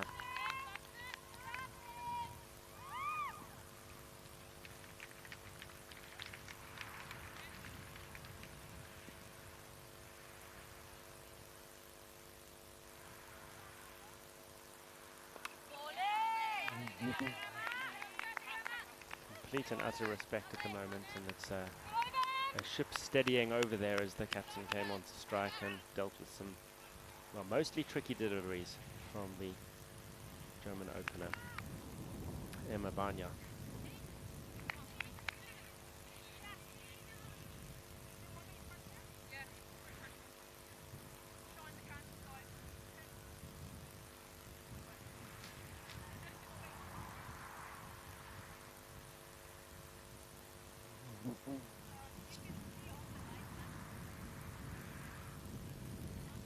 Will be Goff to continue from the Count's residence end. He actually has two residences at that end, one directly behind the bowler's arm. Right on middle stump, that one. Carefully played. Then there's another one over, as you look at it now, over extra cover. In the far distance, there's a real castle on top of the hill. Also belongs to the Count Wilczek, who played cricket as a schoolboy in Switzerland and hence allows cricket to be played on his fields down at Seebahn, outside Vienna. No chance for the wicketkeeper to react to that one. It's not going to make it to the ropes. There's every chance they know they're gonna keep it to 2. And it's another couple for Priya Shabu.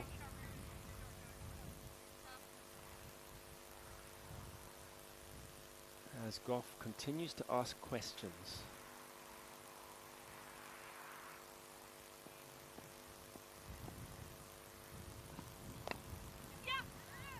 drops the bat on that, they will have time for the one.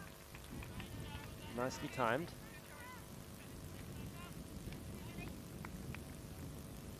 We'll bring Cepeda back on strike. She's faced 5 balls now. Mostly defended away and still looking for her first run.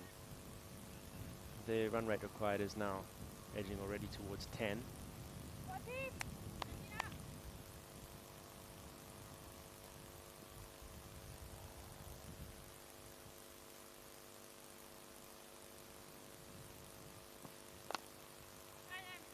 Very tough balls to start hitting at this stage of the game. With Goff bowling that line, both bowlers actually right on target early on. We've seen an LBW, we've seen a bowled, and they're keeping it full.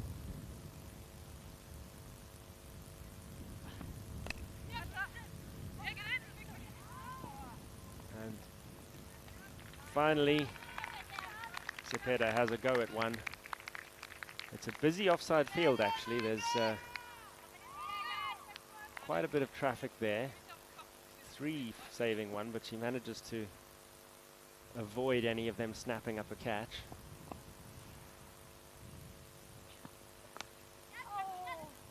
There's one on the pads, but Shabu unable to do anything with it. Cepeda is one of the more valuable players for Austria, as well as, of course, being the captain. Made 36 of 58 balls against France last year in the tournament that I mentioned about 12 months ago, last August, where Austria did go down in that game. She scored very nearly half the team's runs, actually. Austria made 76 for 9 that day, so 36 of 58. She's no stranger to having to hold the innings together and perhaps not strike at exceptional speed. But let's see now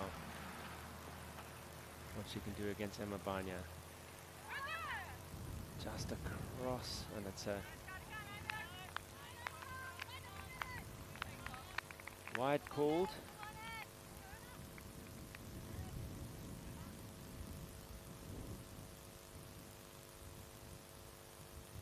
Austria will welcome all of those at this stage.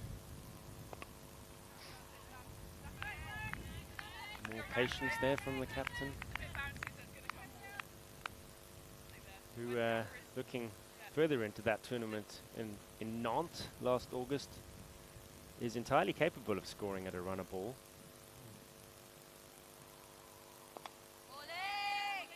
In Austria's victory against Norway, she made 43 off exactly 43 balls. But that was a day when they had already restricted Norway to 99, so they knew they were chasing a low total.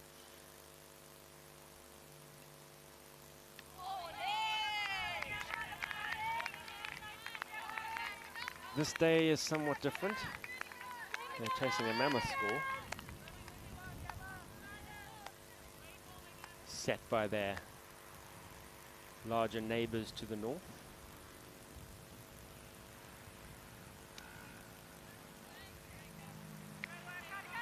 Cepeda was consistently in the runs in another game against France, 27 off 44 last summer. So she is the key to Austria posting a respectable total, whatever that might turn out to be. There's a no ball called. A few things going their way at the moment. There's a sing-song coming on the bench. These two batters' teammates sense things are going their way. How long is that going to last? Again, riding their luck. But when it's on for you, they could probably have come back for a second there.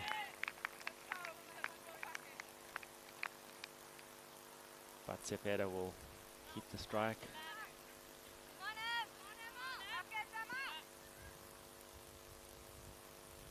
Banya to continue.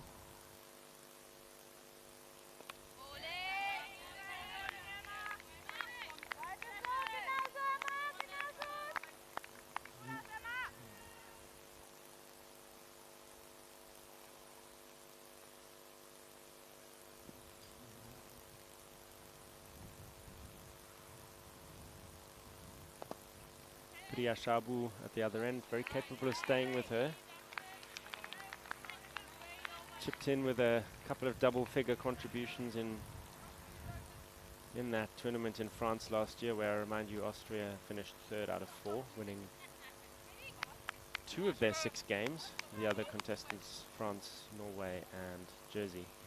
Everybody played everybody twice.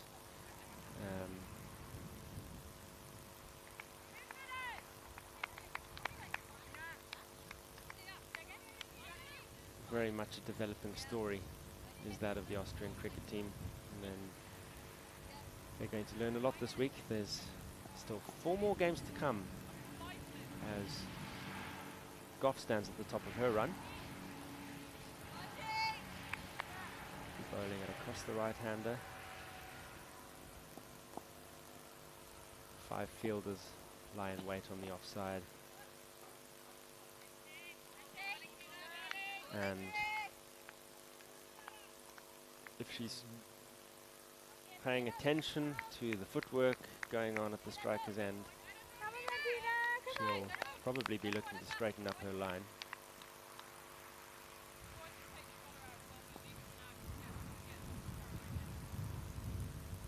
Germany decide they don't need the Quent fielder to be out towards the boundary. She's come right in. There indeed is the straight one, but well dug out. That would have cannoned into middle stump.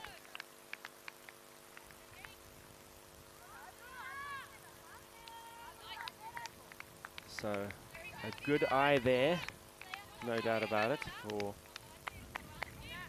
Priya Shabu. Just the feet not quite moving yet.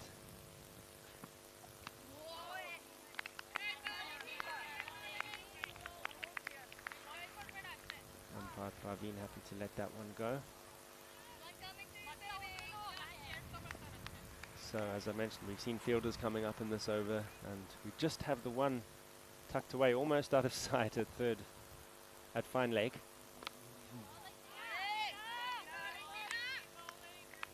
That's Goff's opening partner down there.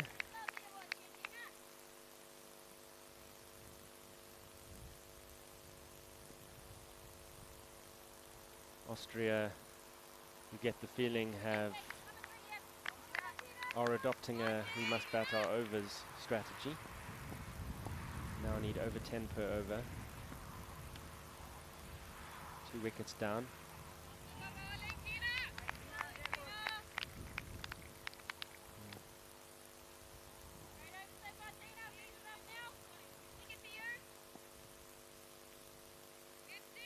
Goff might be getting just a little impatient to get this wicket.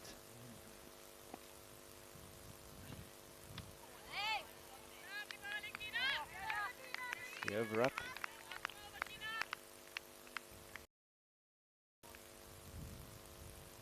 And a very quiet one it was.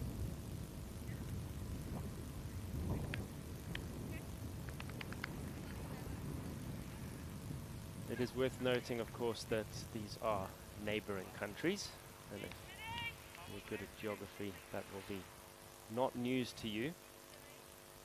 And one is smaller than the other.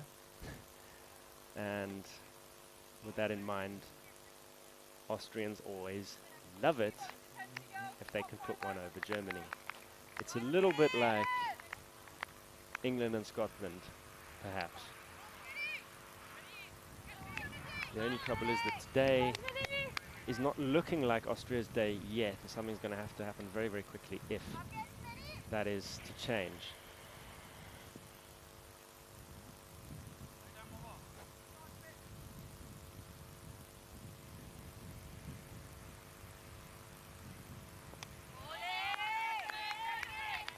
So bowling change here for Germany from the Czech Republic end. Asmita Kohli.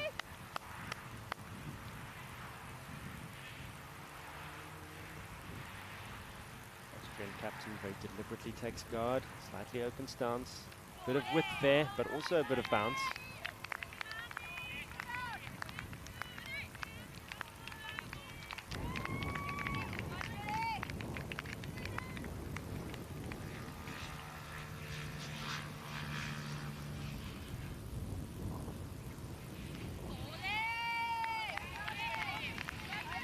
does have a certain presence at the crease, does Andrea Cepeda, and already shown her patience. You get the feeling she would make a good test cricketer or first-class cricketer, longer form cricketer, as well as being possibly Austria's best player in white ball. Well, that one gets some treatment. Would probably have made it to the boundary, but for the protection out there. You do need to give it a good hit at Seabant to get to the boundary, either along the ground or in the air. It is a very decent sized cricket field, not to be underestimated in any form of the game.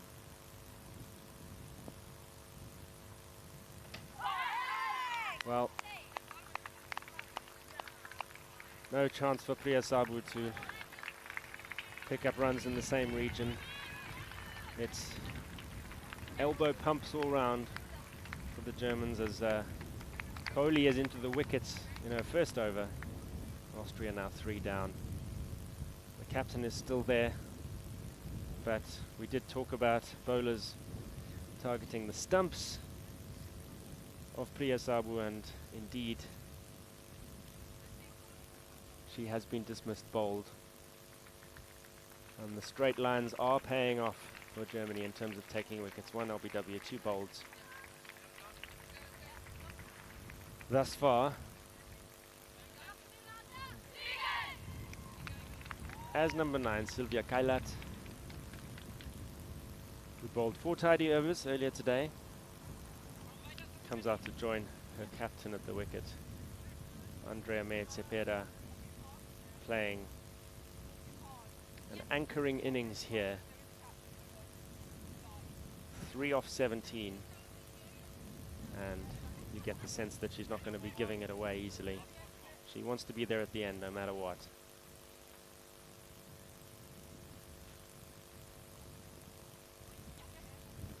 It's likely to be called wide, and they'll get a bonus run as well.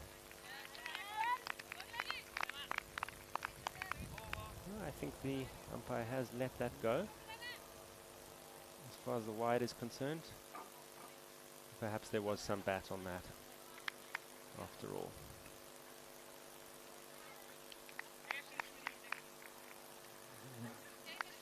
So bowling changed from the other end for the Germans now. Milena Beresford to take over duties from the counter rule check end.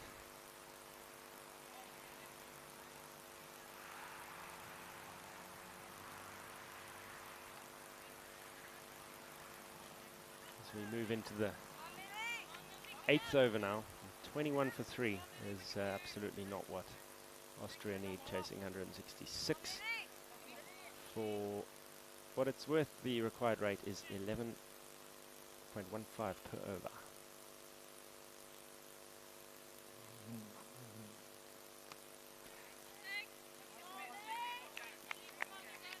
Kailat gets a simple one to deal with first up.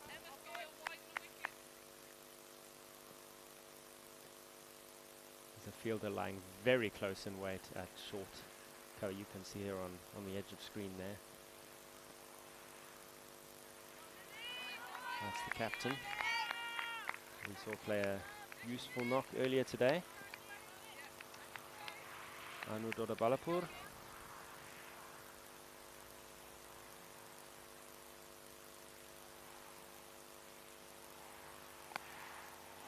Helped around the corner, definitely time for one there. But the Germans are making sure to get the players who've done damage into the batter's eye lines. Christina Goff probably just out of picture at quite a short mid-on position. So they're ticking all the right boxes on psychological pressure.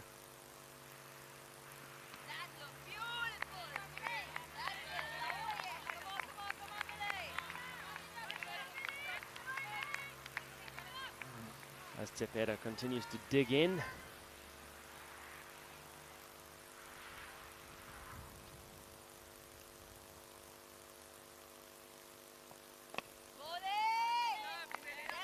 nice line and length there from the spinner.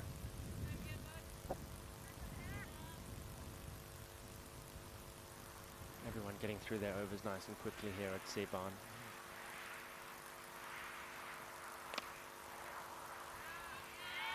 Just a little bit of aggression there. Just a hint of it. And it'll be the single.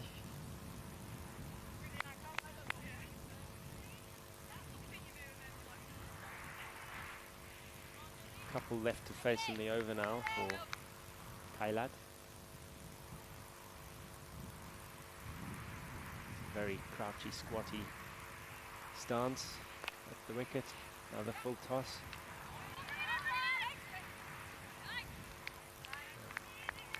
They decided a little bit too late to go off for the one there. Might have been dangerous anyway.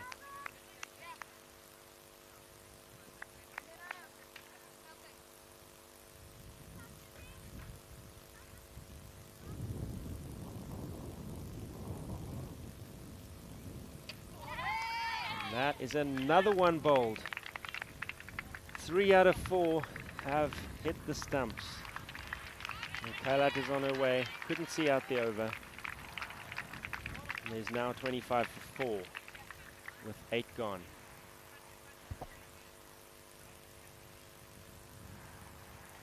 And it's a case of into the wickets for Milena Beresford.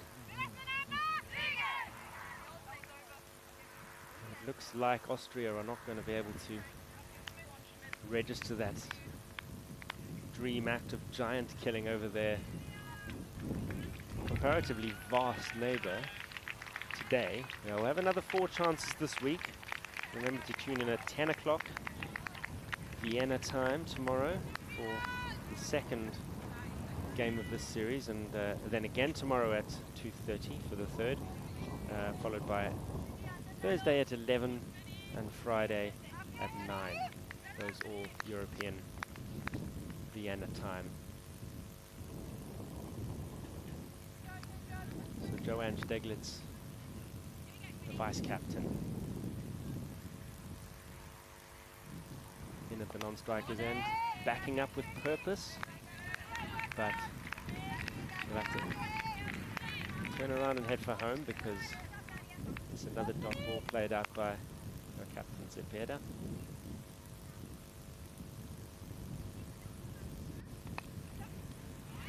Nicely watched onto the bat there by Zepeda. Indeed.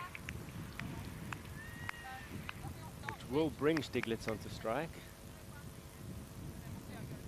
The on-field leadership group at the wicket now. Facing up to Kohli in the second over.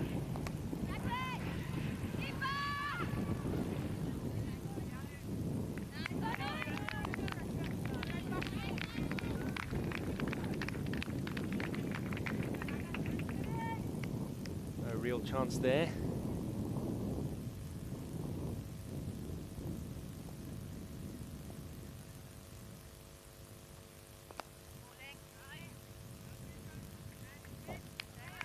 Goff does the tidy enough on the onside. Be interesting to see what kind of strategy Stiglitz follows. Will she stick with her captain's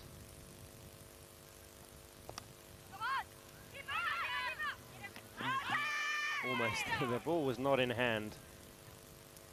Although the wickets were broken, the ball was not in hand. In fact, went right past the wicket, through the wicketkeeper. And no use appealing for that, unless you had an extreme super slow-mo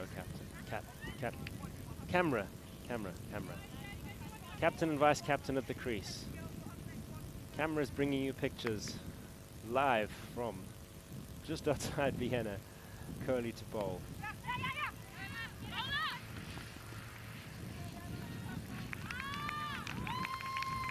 And again they have to run with purpose, and that is one thing that Stiglitz has been doing, looking for the singles. Has been quite noticeable from both the strikers and non-strikers end since she's been out there. Whether that means she's also going to be indulging in attempts at big hitting, we will have to see, but Andrea Zepeda certainly is laying down a mark of conservative but confident and convincing batting as far as survival is concerned, with 5 of 22 deliveries at this point, or 6 of 23, correction.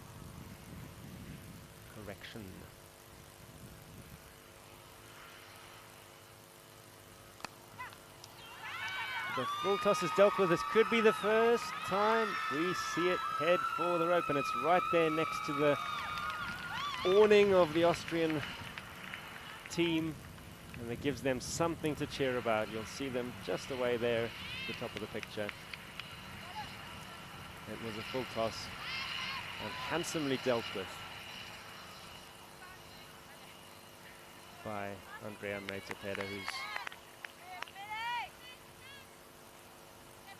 shown that she is willing to wait for the bad ball, and when it came, dealt with it. Now there is a fielder out on that fence, and this time it's not anywhere near as high in the sky to be hit, and it's back to blocking for the Austrian team captain.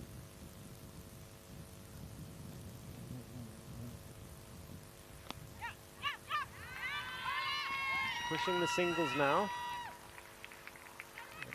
home comfortably enough.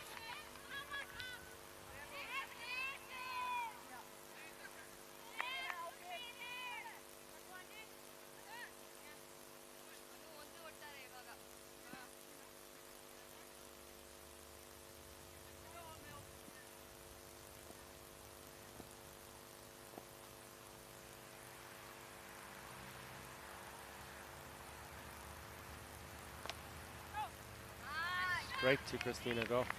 Just crept into your picture there on the onside.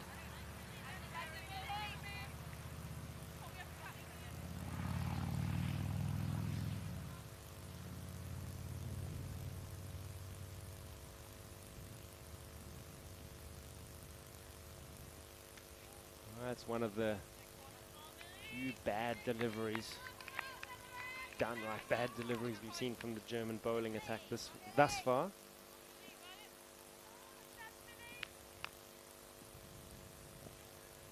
Beresford will have to bowl that again.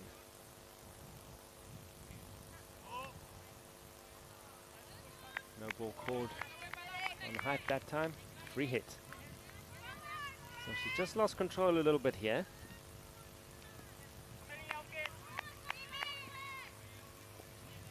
Stiglitz has license to go.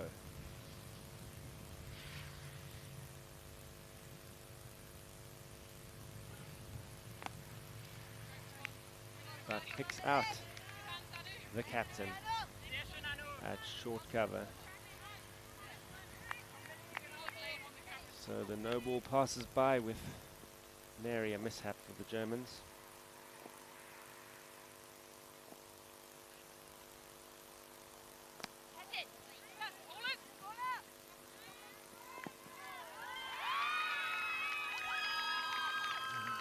Lucky times there, as that ball popped up into the offside, and as we've mentioned, there's 3 fielders fairly close, but it just fell in the middle of that triangle.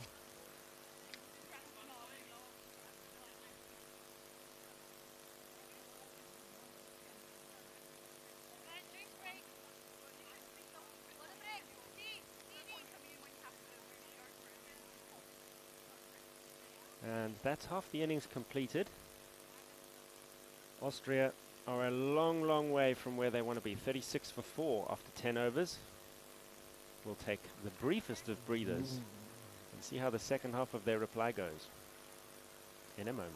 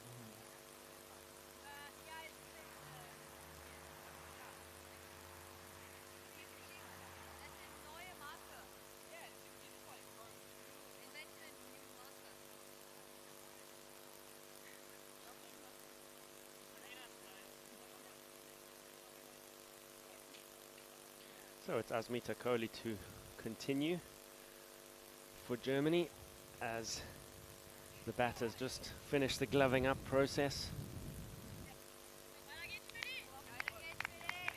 It's going to be Joe Stiglitz on 2 to take strike. The captain at the other end, Andrea Cepeda, 11 off 26.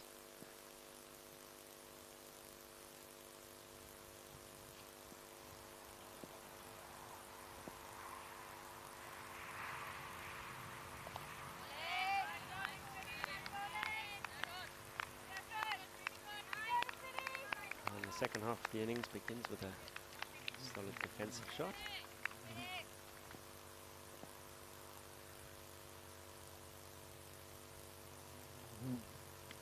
Stiglitz lets that one go, hopes for the wide, gets it.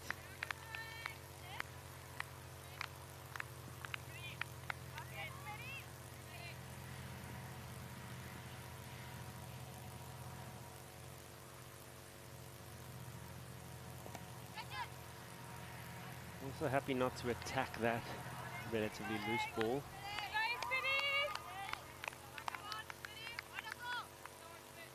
And perhaps she is also going to join in the let's make sure we bat out our overs strategy. Fielders lying in wait on that side, almost the same ball again there.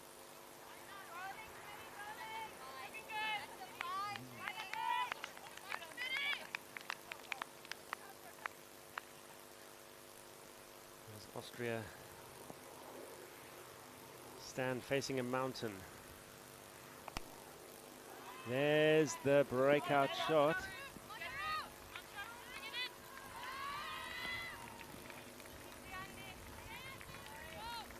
Was the bad ball.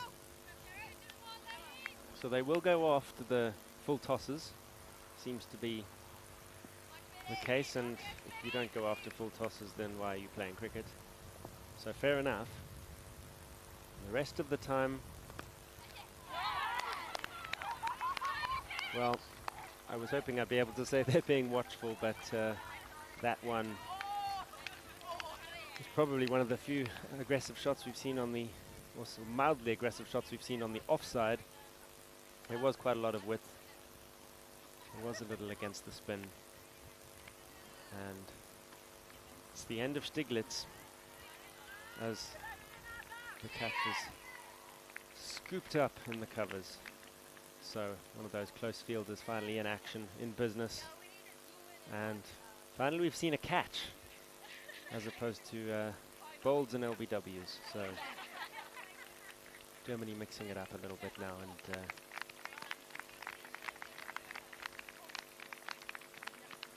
it was of course Goff that took the catch, so continues to be in the action all of the time.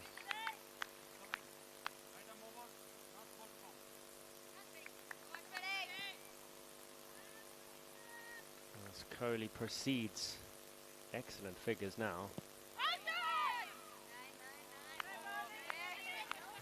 The 3 overs done, and it's 2 for 7.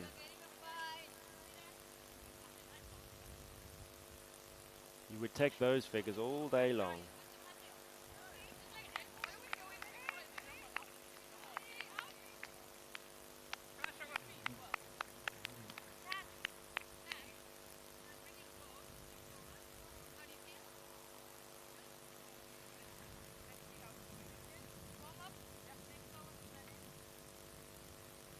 Beresford to continue.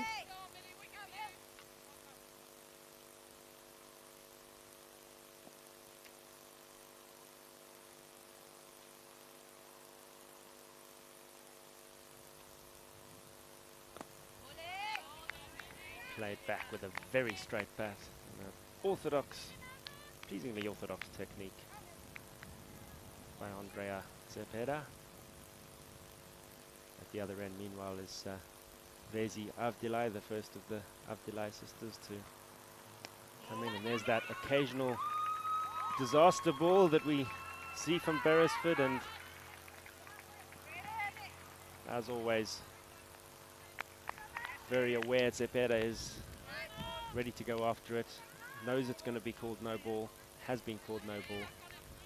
It'll be interesting to see now what she does with the ensuing free hit.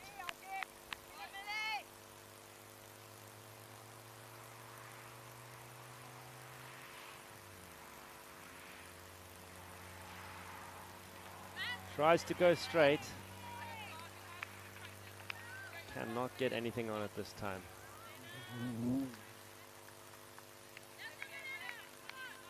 Doesn't quite get the front foot near enough to it.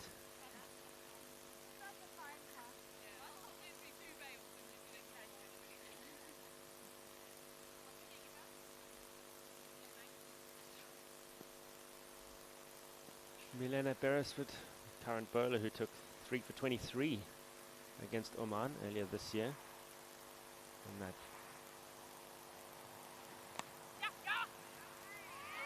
in Germany's big win in the Tour of Oman.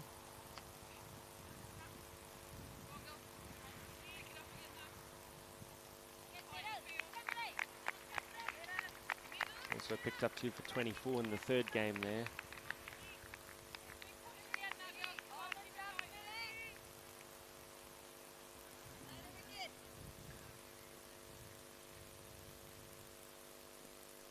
So new batter on strike.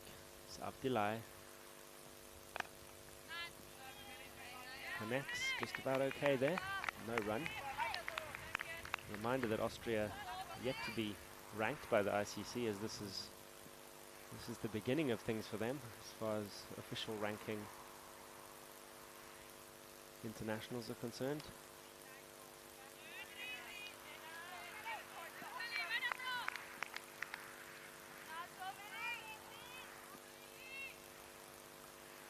Abdullah leaves it under the watchful eye of her captain at the other end.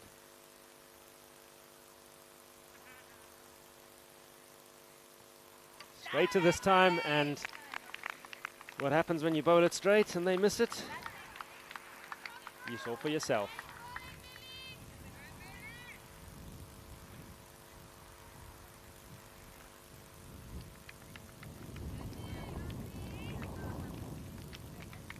Was only a brief stay at the wicket there for Rezi Avdilai, unfortunately for her.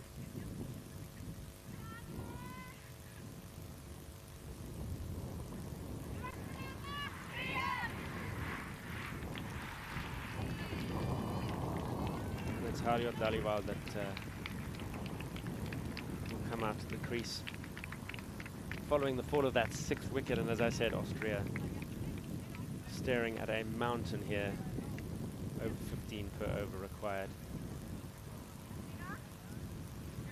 Austria should of course be quite comfortable facing mountains, but this is unfortunately only a metaphorical one. They would probably be Germany if it came to an actual mountain climbing contest, and if it came to skiing down a mountain. But in cricket, despite the occasional wide, Germany is proving to be the stronger force in this first match of the series, as Anna Bierwisch now comes into the attack.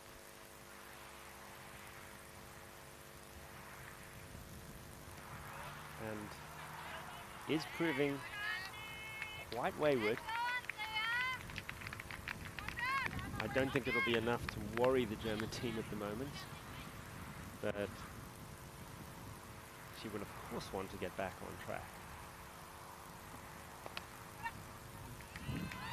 Straighter that time. Diving save in the field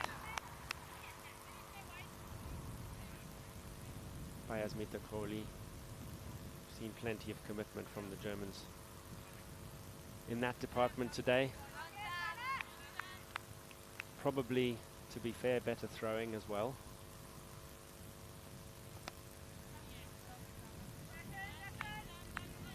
Very uppishly played. Will certainly have the bowler interested seeing that. Harriot Daliwal surviving her first ball there. There is a fielder in just the area where the ball went. and also in that direction. So she hasn't quite got enough on it to reach the fielders with those last two balls. They stay unmoved.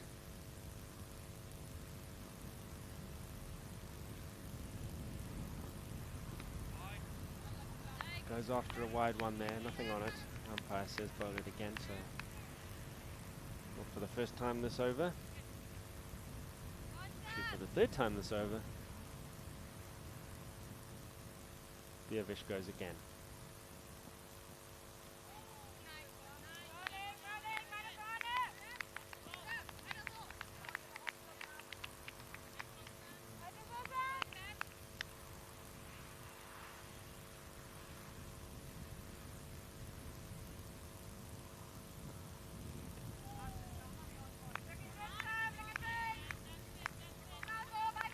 Should be one more ball to survive.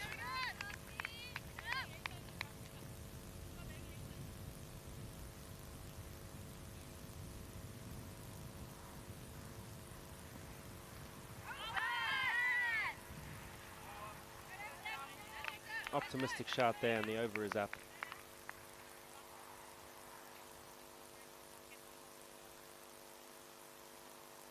So as I mentioned, Austria very much a top dog when it comes to skiing, and probably clambering up mountains as well. Don't know too much about that, but they've got plenty to choose from. When it comes to team sports, of course, Germany tends to dominate, as they are better resourced in lots of areas, including population. And it's in the team sports, therefore, that Austria really likes getting one over Big Brother, so to speak.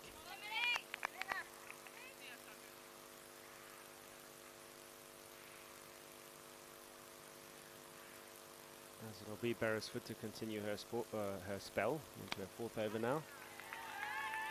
The captain picks out the fielder out there on the run. They're going to come back for what is would have been a suicidal second if the throw had come in with any pace on it at all. It was straight, but took a few bounces, and the risk paid off the captain's back on strike after watching the last over from the other end.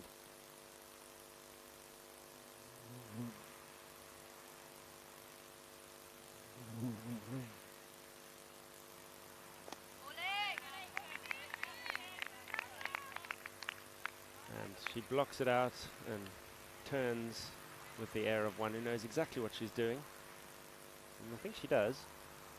It's probably not going to be winning this cricket match, but if she wants to be there at the end, she is going about it exactly the right way.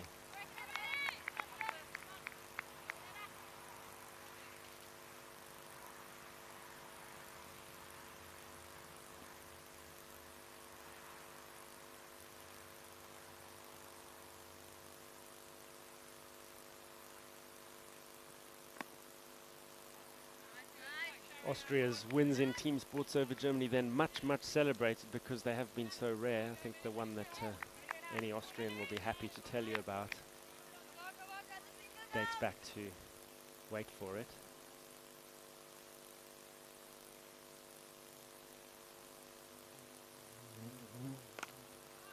finally a big shot off a ball that wasn't a full toss, it wasn't going down leg, and she's got plenty on it. It's 4 runs straight.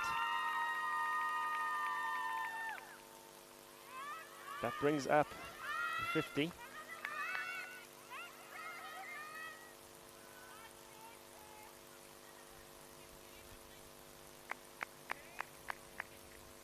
That was certainly worth stopping my history lesson for.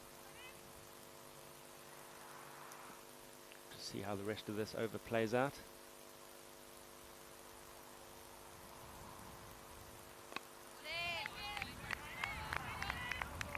Back to the defensive strategy. She definitely saw something she liked in that last ball. It was an uncharacteristic shot compared to what had gone before in this innings, but refreshing to see.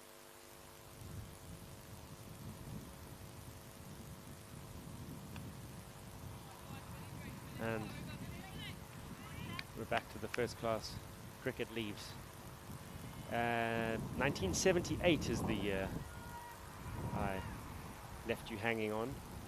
When there's any Austrian you care to name or ask will tell you Austria beat Germany in a World Cup soccer match, 3-2. There's a classic piece of commentary which I won't try and emulate now. But if you say the line to any Austrian that was commentated after that goal, they will know instantly what you're talking about. It was the day that the commentator went completely nuts because they'd scored a third goal and hence a winner over Germany. 1978, folks, and everybody knows it. Nobody in this country has forgotten, and I include people who weren't even alive then, about that match. That's how big a deal it is when Austria can beat Germany, and they probably are going to have to wait for tomorrow to do that in this women's T20, well, in women's T20 cricket generally, as far as officially sanctioned international matches are concerned. This is the first.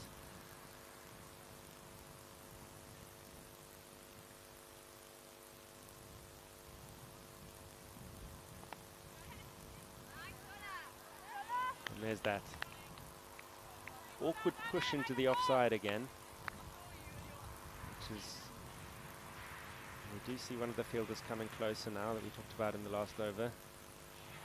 Slip fielder comes up.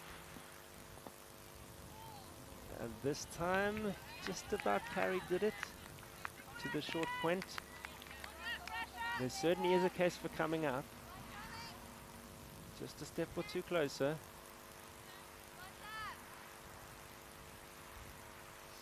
We are seeing the same shot over and over again here. That one goes in front of square, off the middle of the bat. And it's fielded by the German captain. Seems to be having a casual, relaxed and enjoyable time out there, and why wouldn't you when you still have 110 runs to play with? And your opposition needs over 20 per over.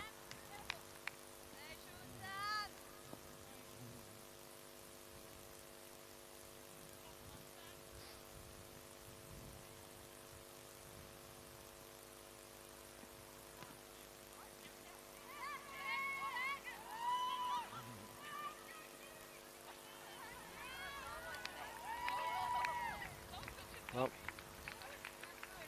she's managed to snatch the strike off her captain there. But at this stage it is all about everyone getting an experience of time in the middle. So, especially with 4 games to come up over the coming days. Reminder that you should be right here at 10 o'clock tomorrow morning, if you're on a European time zone, 10 o'clock tomorrow morning. And that is when the second of these T20 internationals will take place. And it's a double header tomorrow. There's another game at 2:30 in the afternoon. Final 2 games are on Thursday and Friday.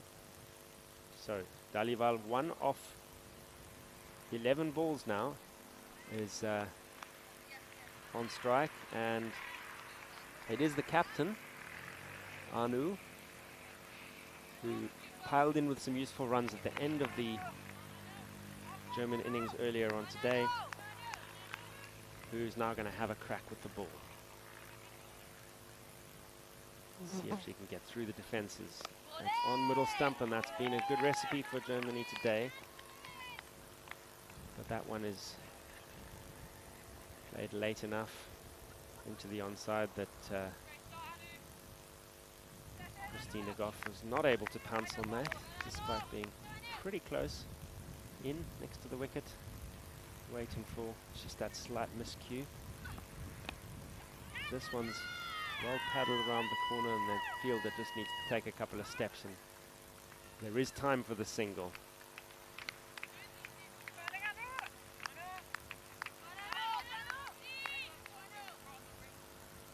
So Andrea Cepeda back onto strike.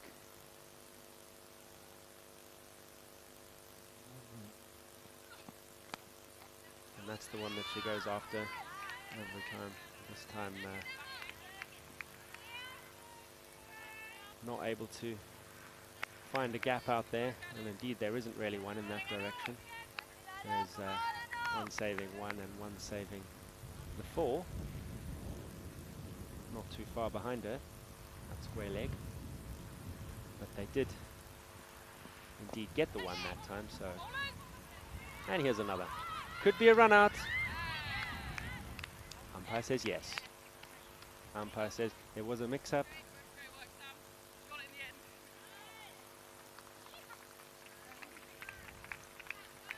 And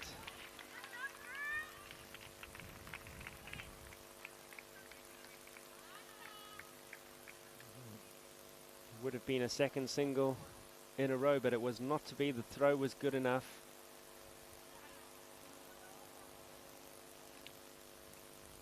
Just that hesitation, and Dhaliwal did everything right, trying to get back, sliding the bat in, but just ran out of time. Which means that the 7th wicket goes down after, I guess you could call it a partnership of sorts there.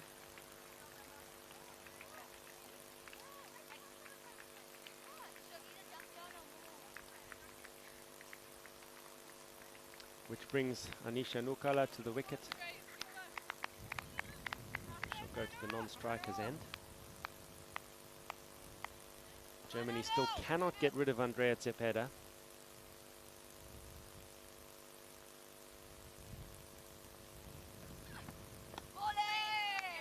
Nice and straight there, but knows what to do with those.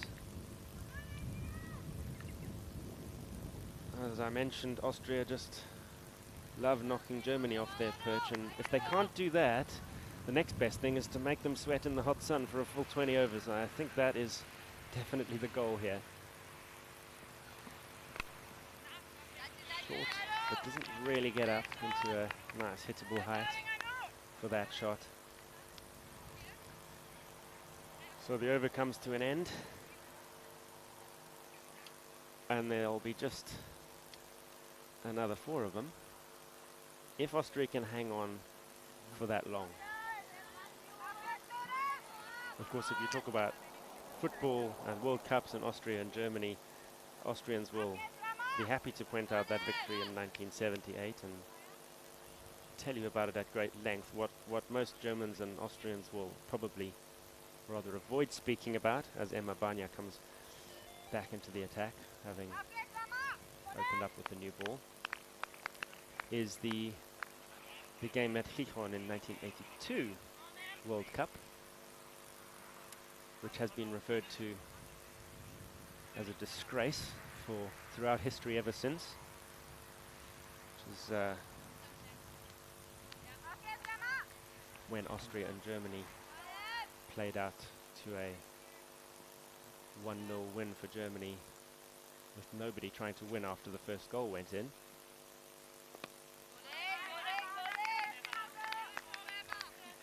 Because those were the days before simultaneous playing of the last match in the group, and they had figured out that that was exactly the result they needed for both of them to go through and make sure that, I think it was Algeria, wouldn't go through. Which of course left an exceptionally sour taste in the mouth for pretty much everyone who wasn't Austria or Germany. Those are the two big football history moments between those two countries. Turning attention back to the cricket, which is winding down here.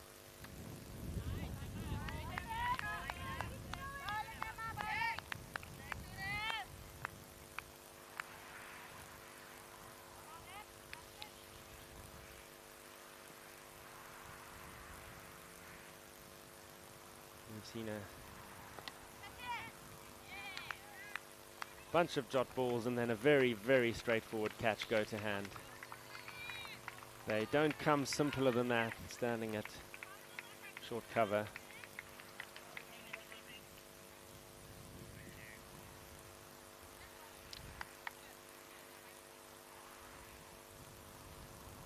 Anna Bierwisch takes the catch. Easy as they come, and I'm afraid Andrea Cepeda is beginning to run out of partners. 22 off 38 balls she's faced now.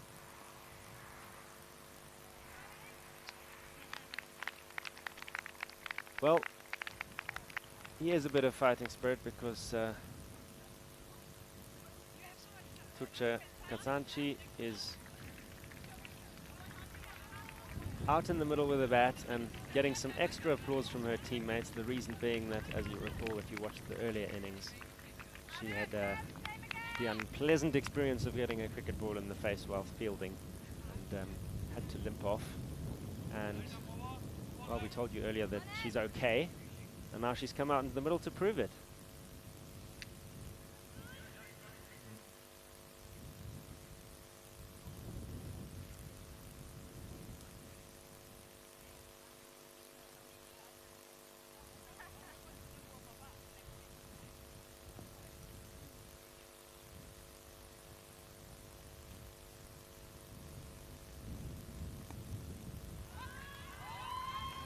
Straight off the mark.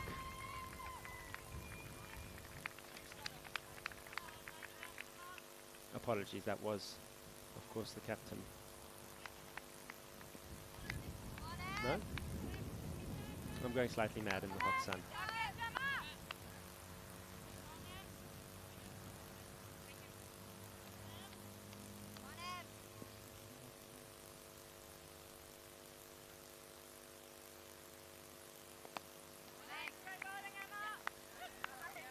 Is now Tepeda on strike.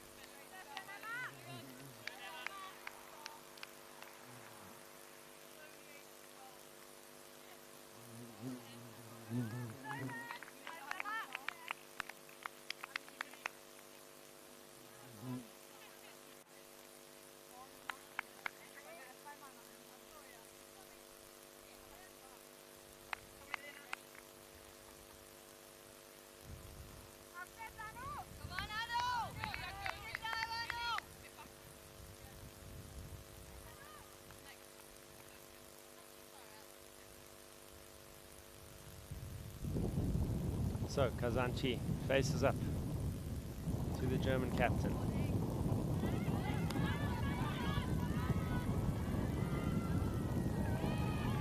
Drops a bat on it, gets down the other end.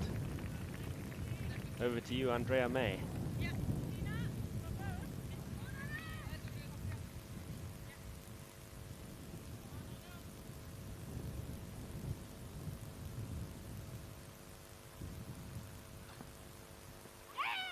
Ooh, that's going to be runs.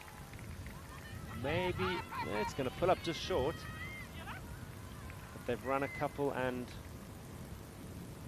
the umpire's arms go out wide. Shows the camera, shows the scorers. But that's going to have to be bowled again.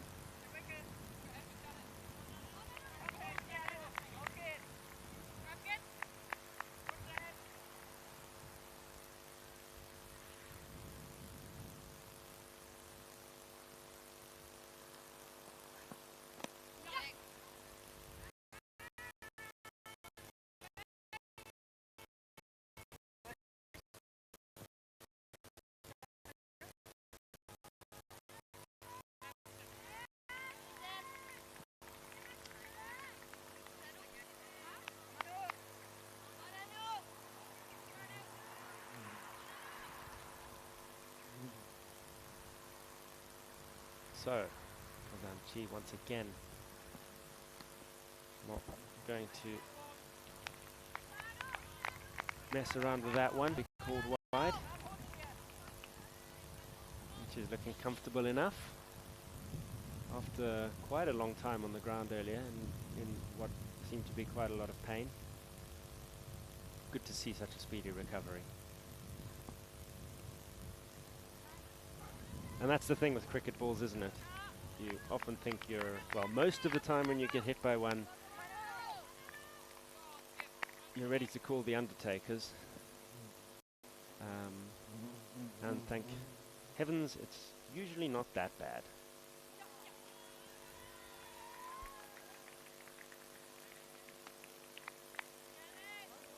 And that one's called wide again. Almost thought she'd got something on that. No, says the umpire. So Germany probably getting a little bit sloppy now in terms of sending down wides. It's Lucky they've got so many runs to play with.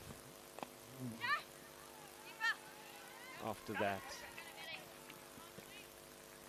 batting effort this morning that really just went as to plan as any batting effort could go, really. Of course, there could have been more big hitting up front, but they just built up steadily, steadily, steadily, didn't lose any wickets.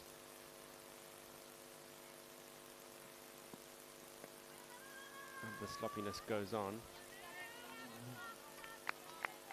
And they already had a score into the 70s when the halfway innings break came, and they hadn't lost a wicket yet. And from there, it's pretty difficult to lose a game. They're going to have to bowl a lot more wides.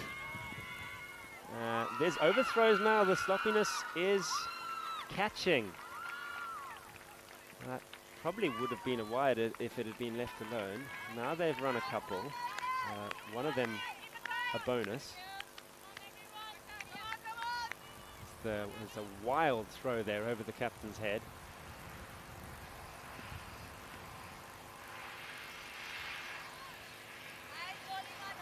Umpire Praveen's arms stay firmly put on that occasion.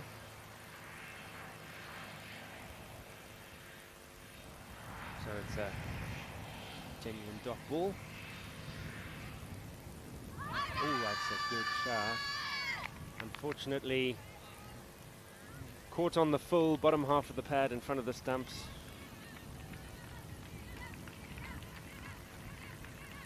It's hard to say no to that one if you're an umpire. Really, really hard to say no to that one. So, Kazanchi is on her way, and I suspect that although she only made a couple, she's going to get a hearty round of applause from her teammates.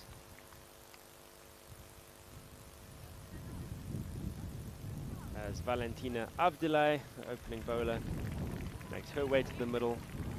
And there indeed is that round of applause. You can see her heading back to towards the Austrian flag now, fluttering in the wind. The German flag's not fluttering in the wind. I think it's just a slightly different angle. Nice that there's a bit of breeze out there for everybody. But as far as the match situation is concerned, it is the German flag that's flying considerably higher.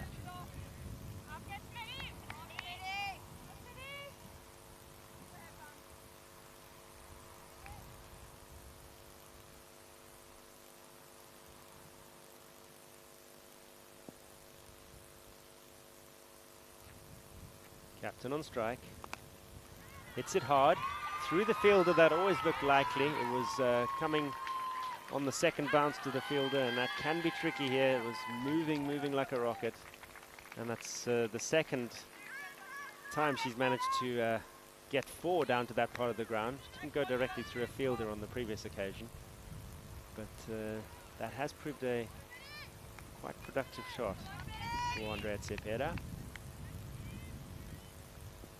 Probably one of the least elegant she's played all day, but it's earned her a couple of boundaries.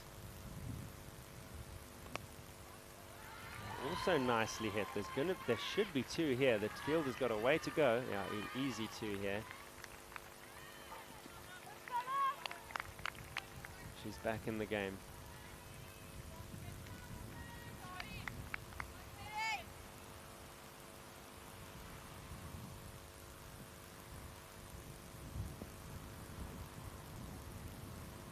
Just looking like she's in a mood for runs now. Maybe it's going to be two more here. Maybe she feels that Austria have salvaged pride, shown fight, even if she does run out of partners or manage to get herself out with the slightly more aggressive play. But it's looked safe so far. Now that she's hitting out, she hasn't been going too aerial, should we say. And as I say that, once again, straight through the fielder. This time it won't get to the rope, so there's a chase on. But again, it was a safe enough shot. It was fell well short and wide of the fielder.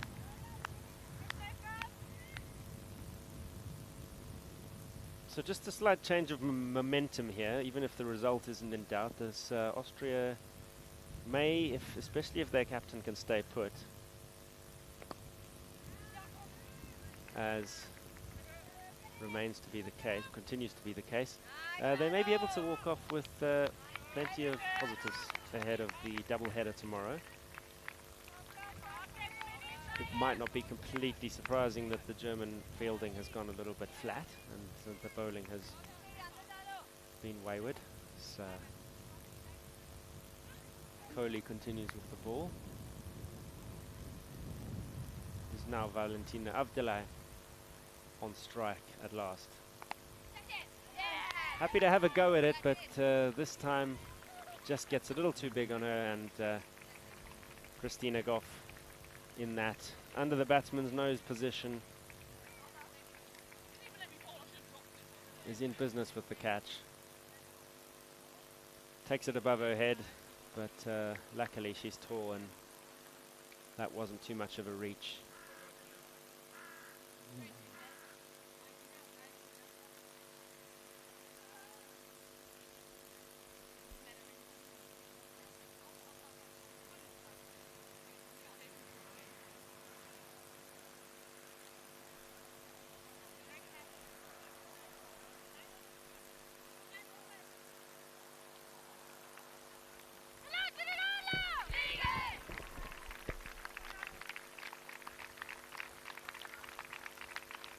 So, confirmation that that was the last wicket that fell. The captain ends not out. Germany leave the field victorious.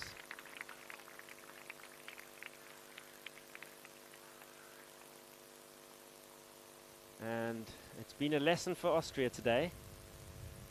I would take you through all the scores, but I haven't got them, so I'm just going to say well done to Germany. They go 1-0 up in the series. And the place to be tomorrow is right here at 10 AM Vienna time, where we will show you Game 2.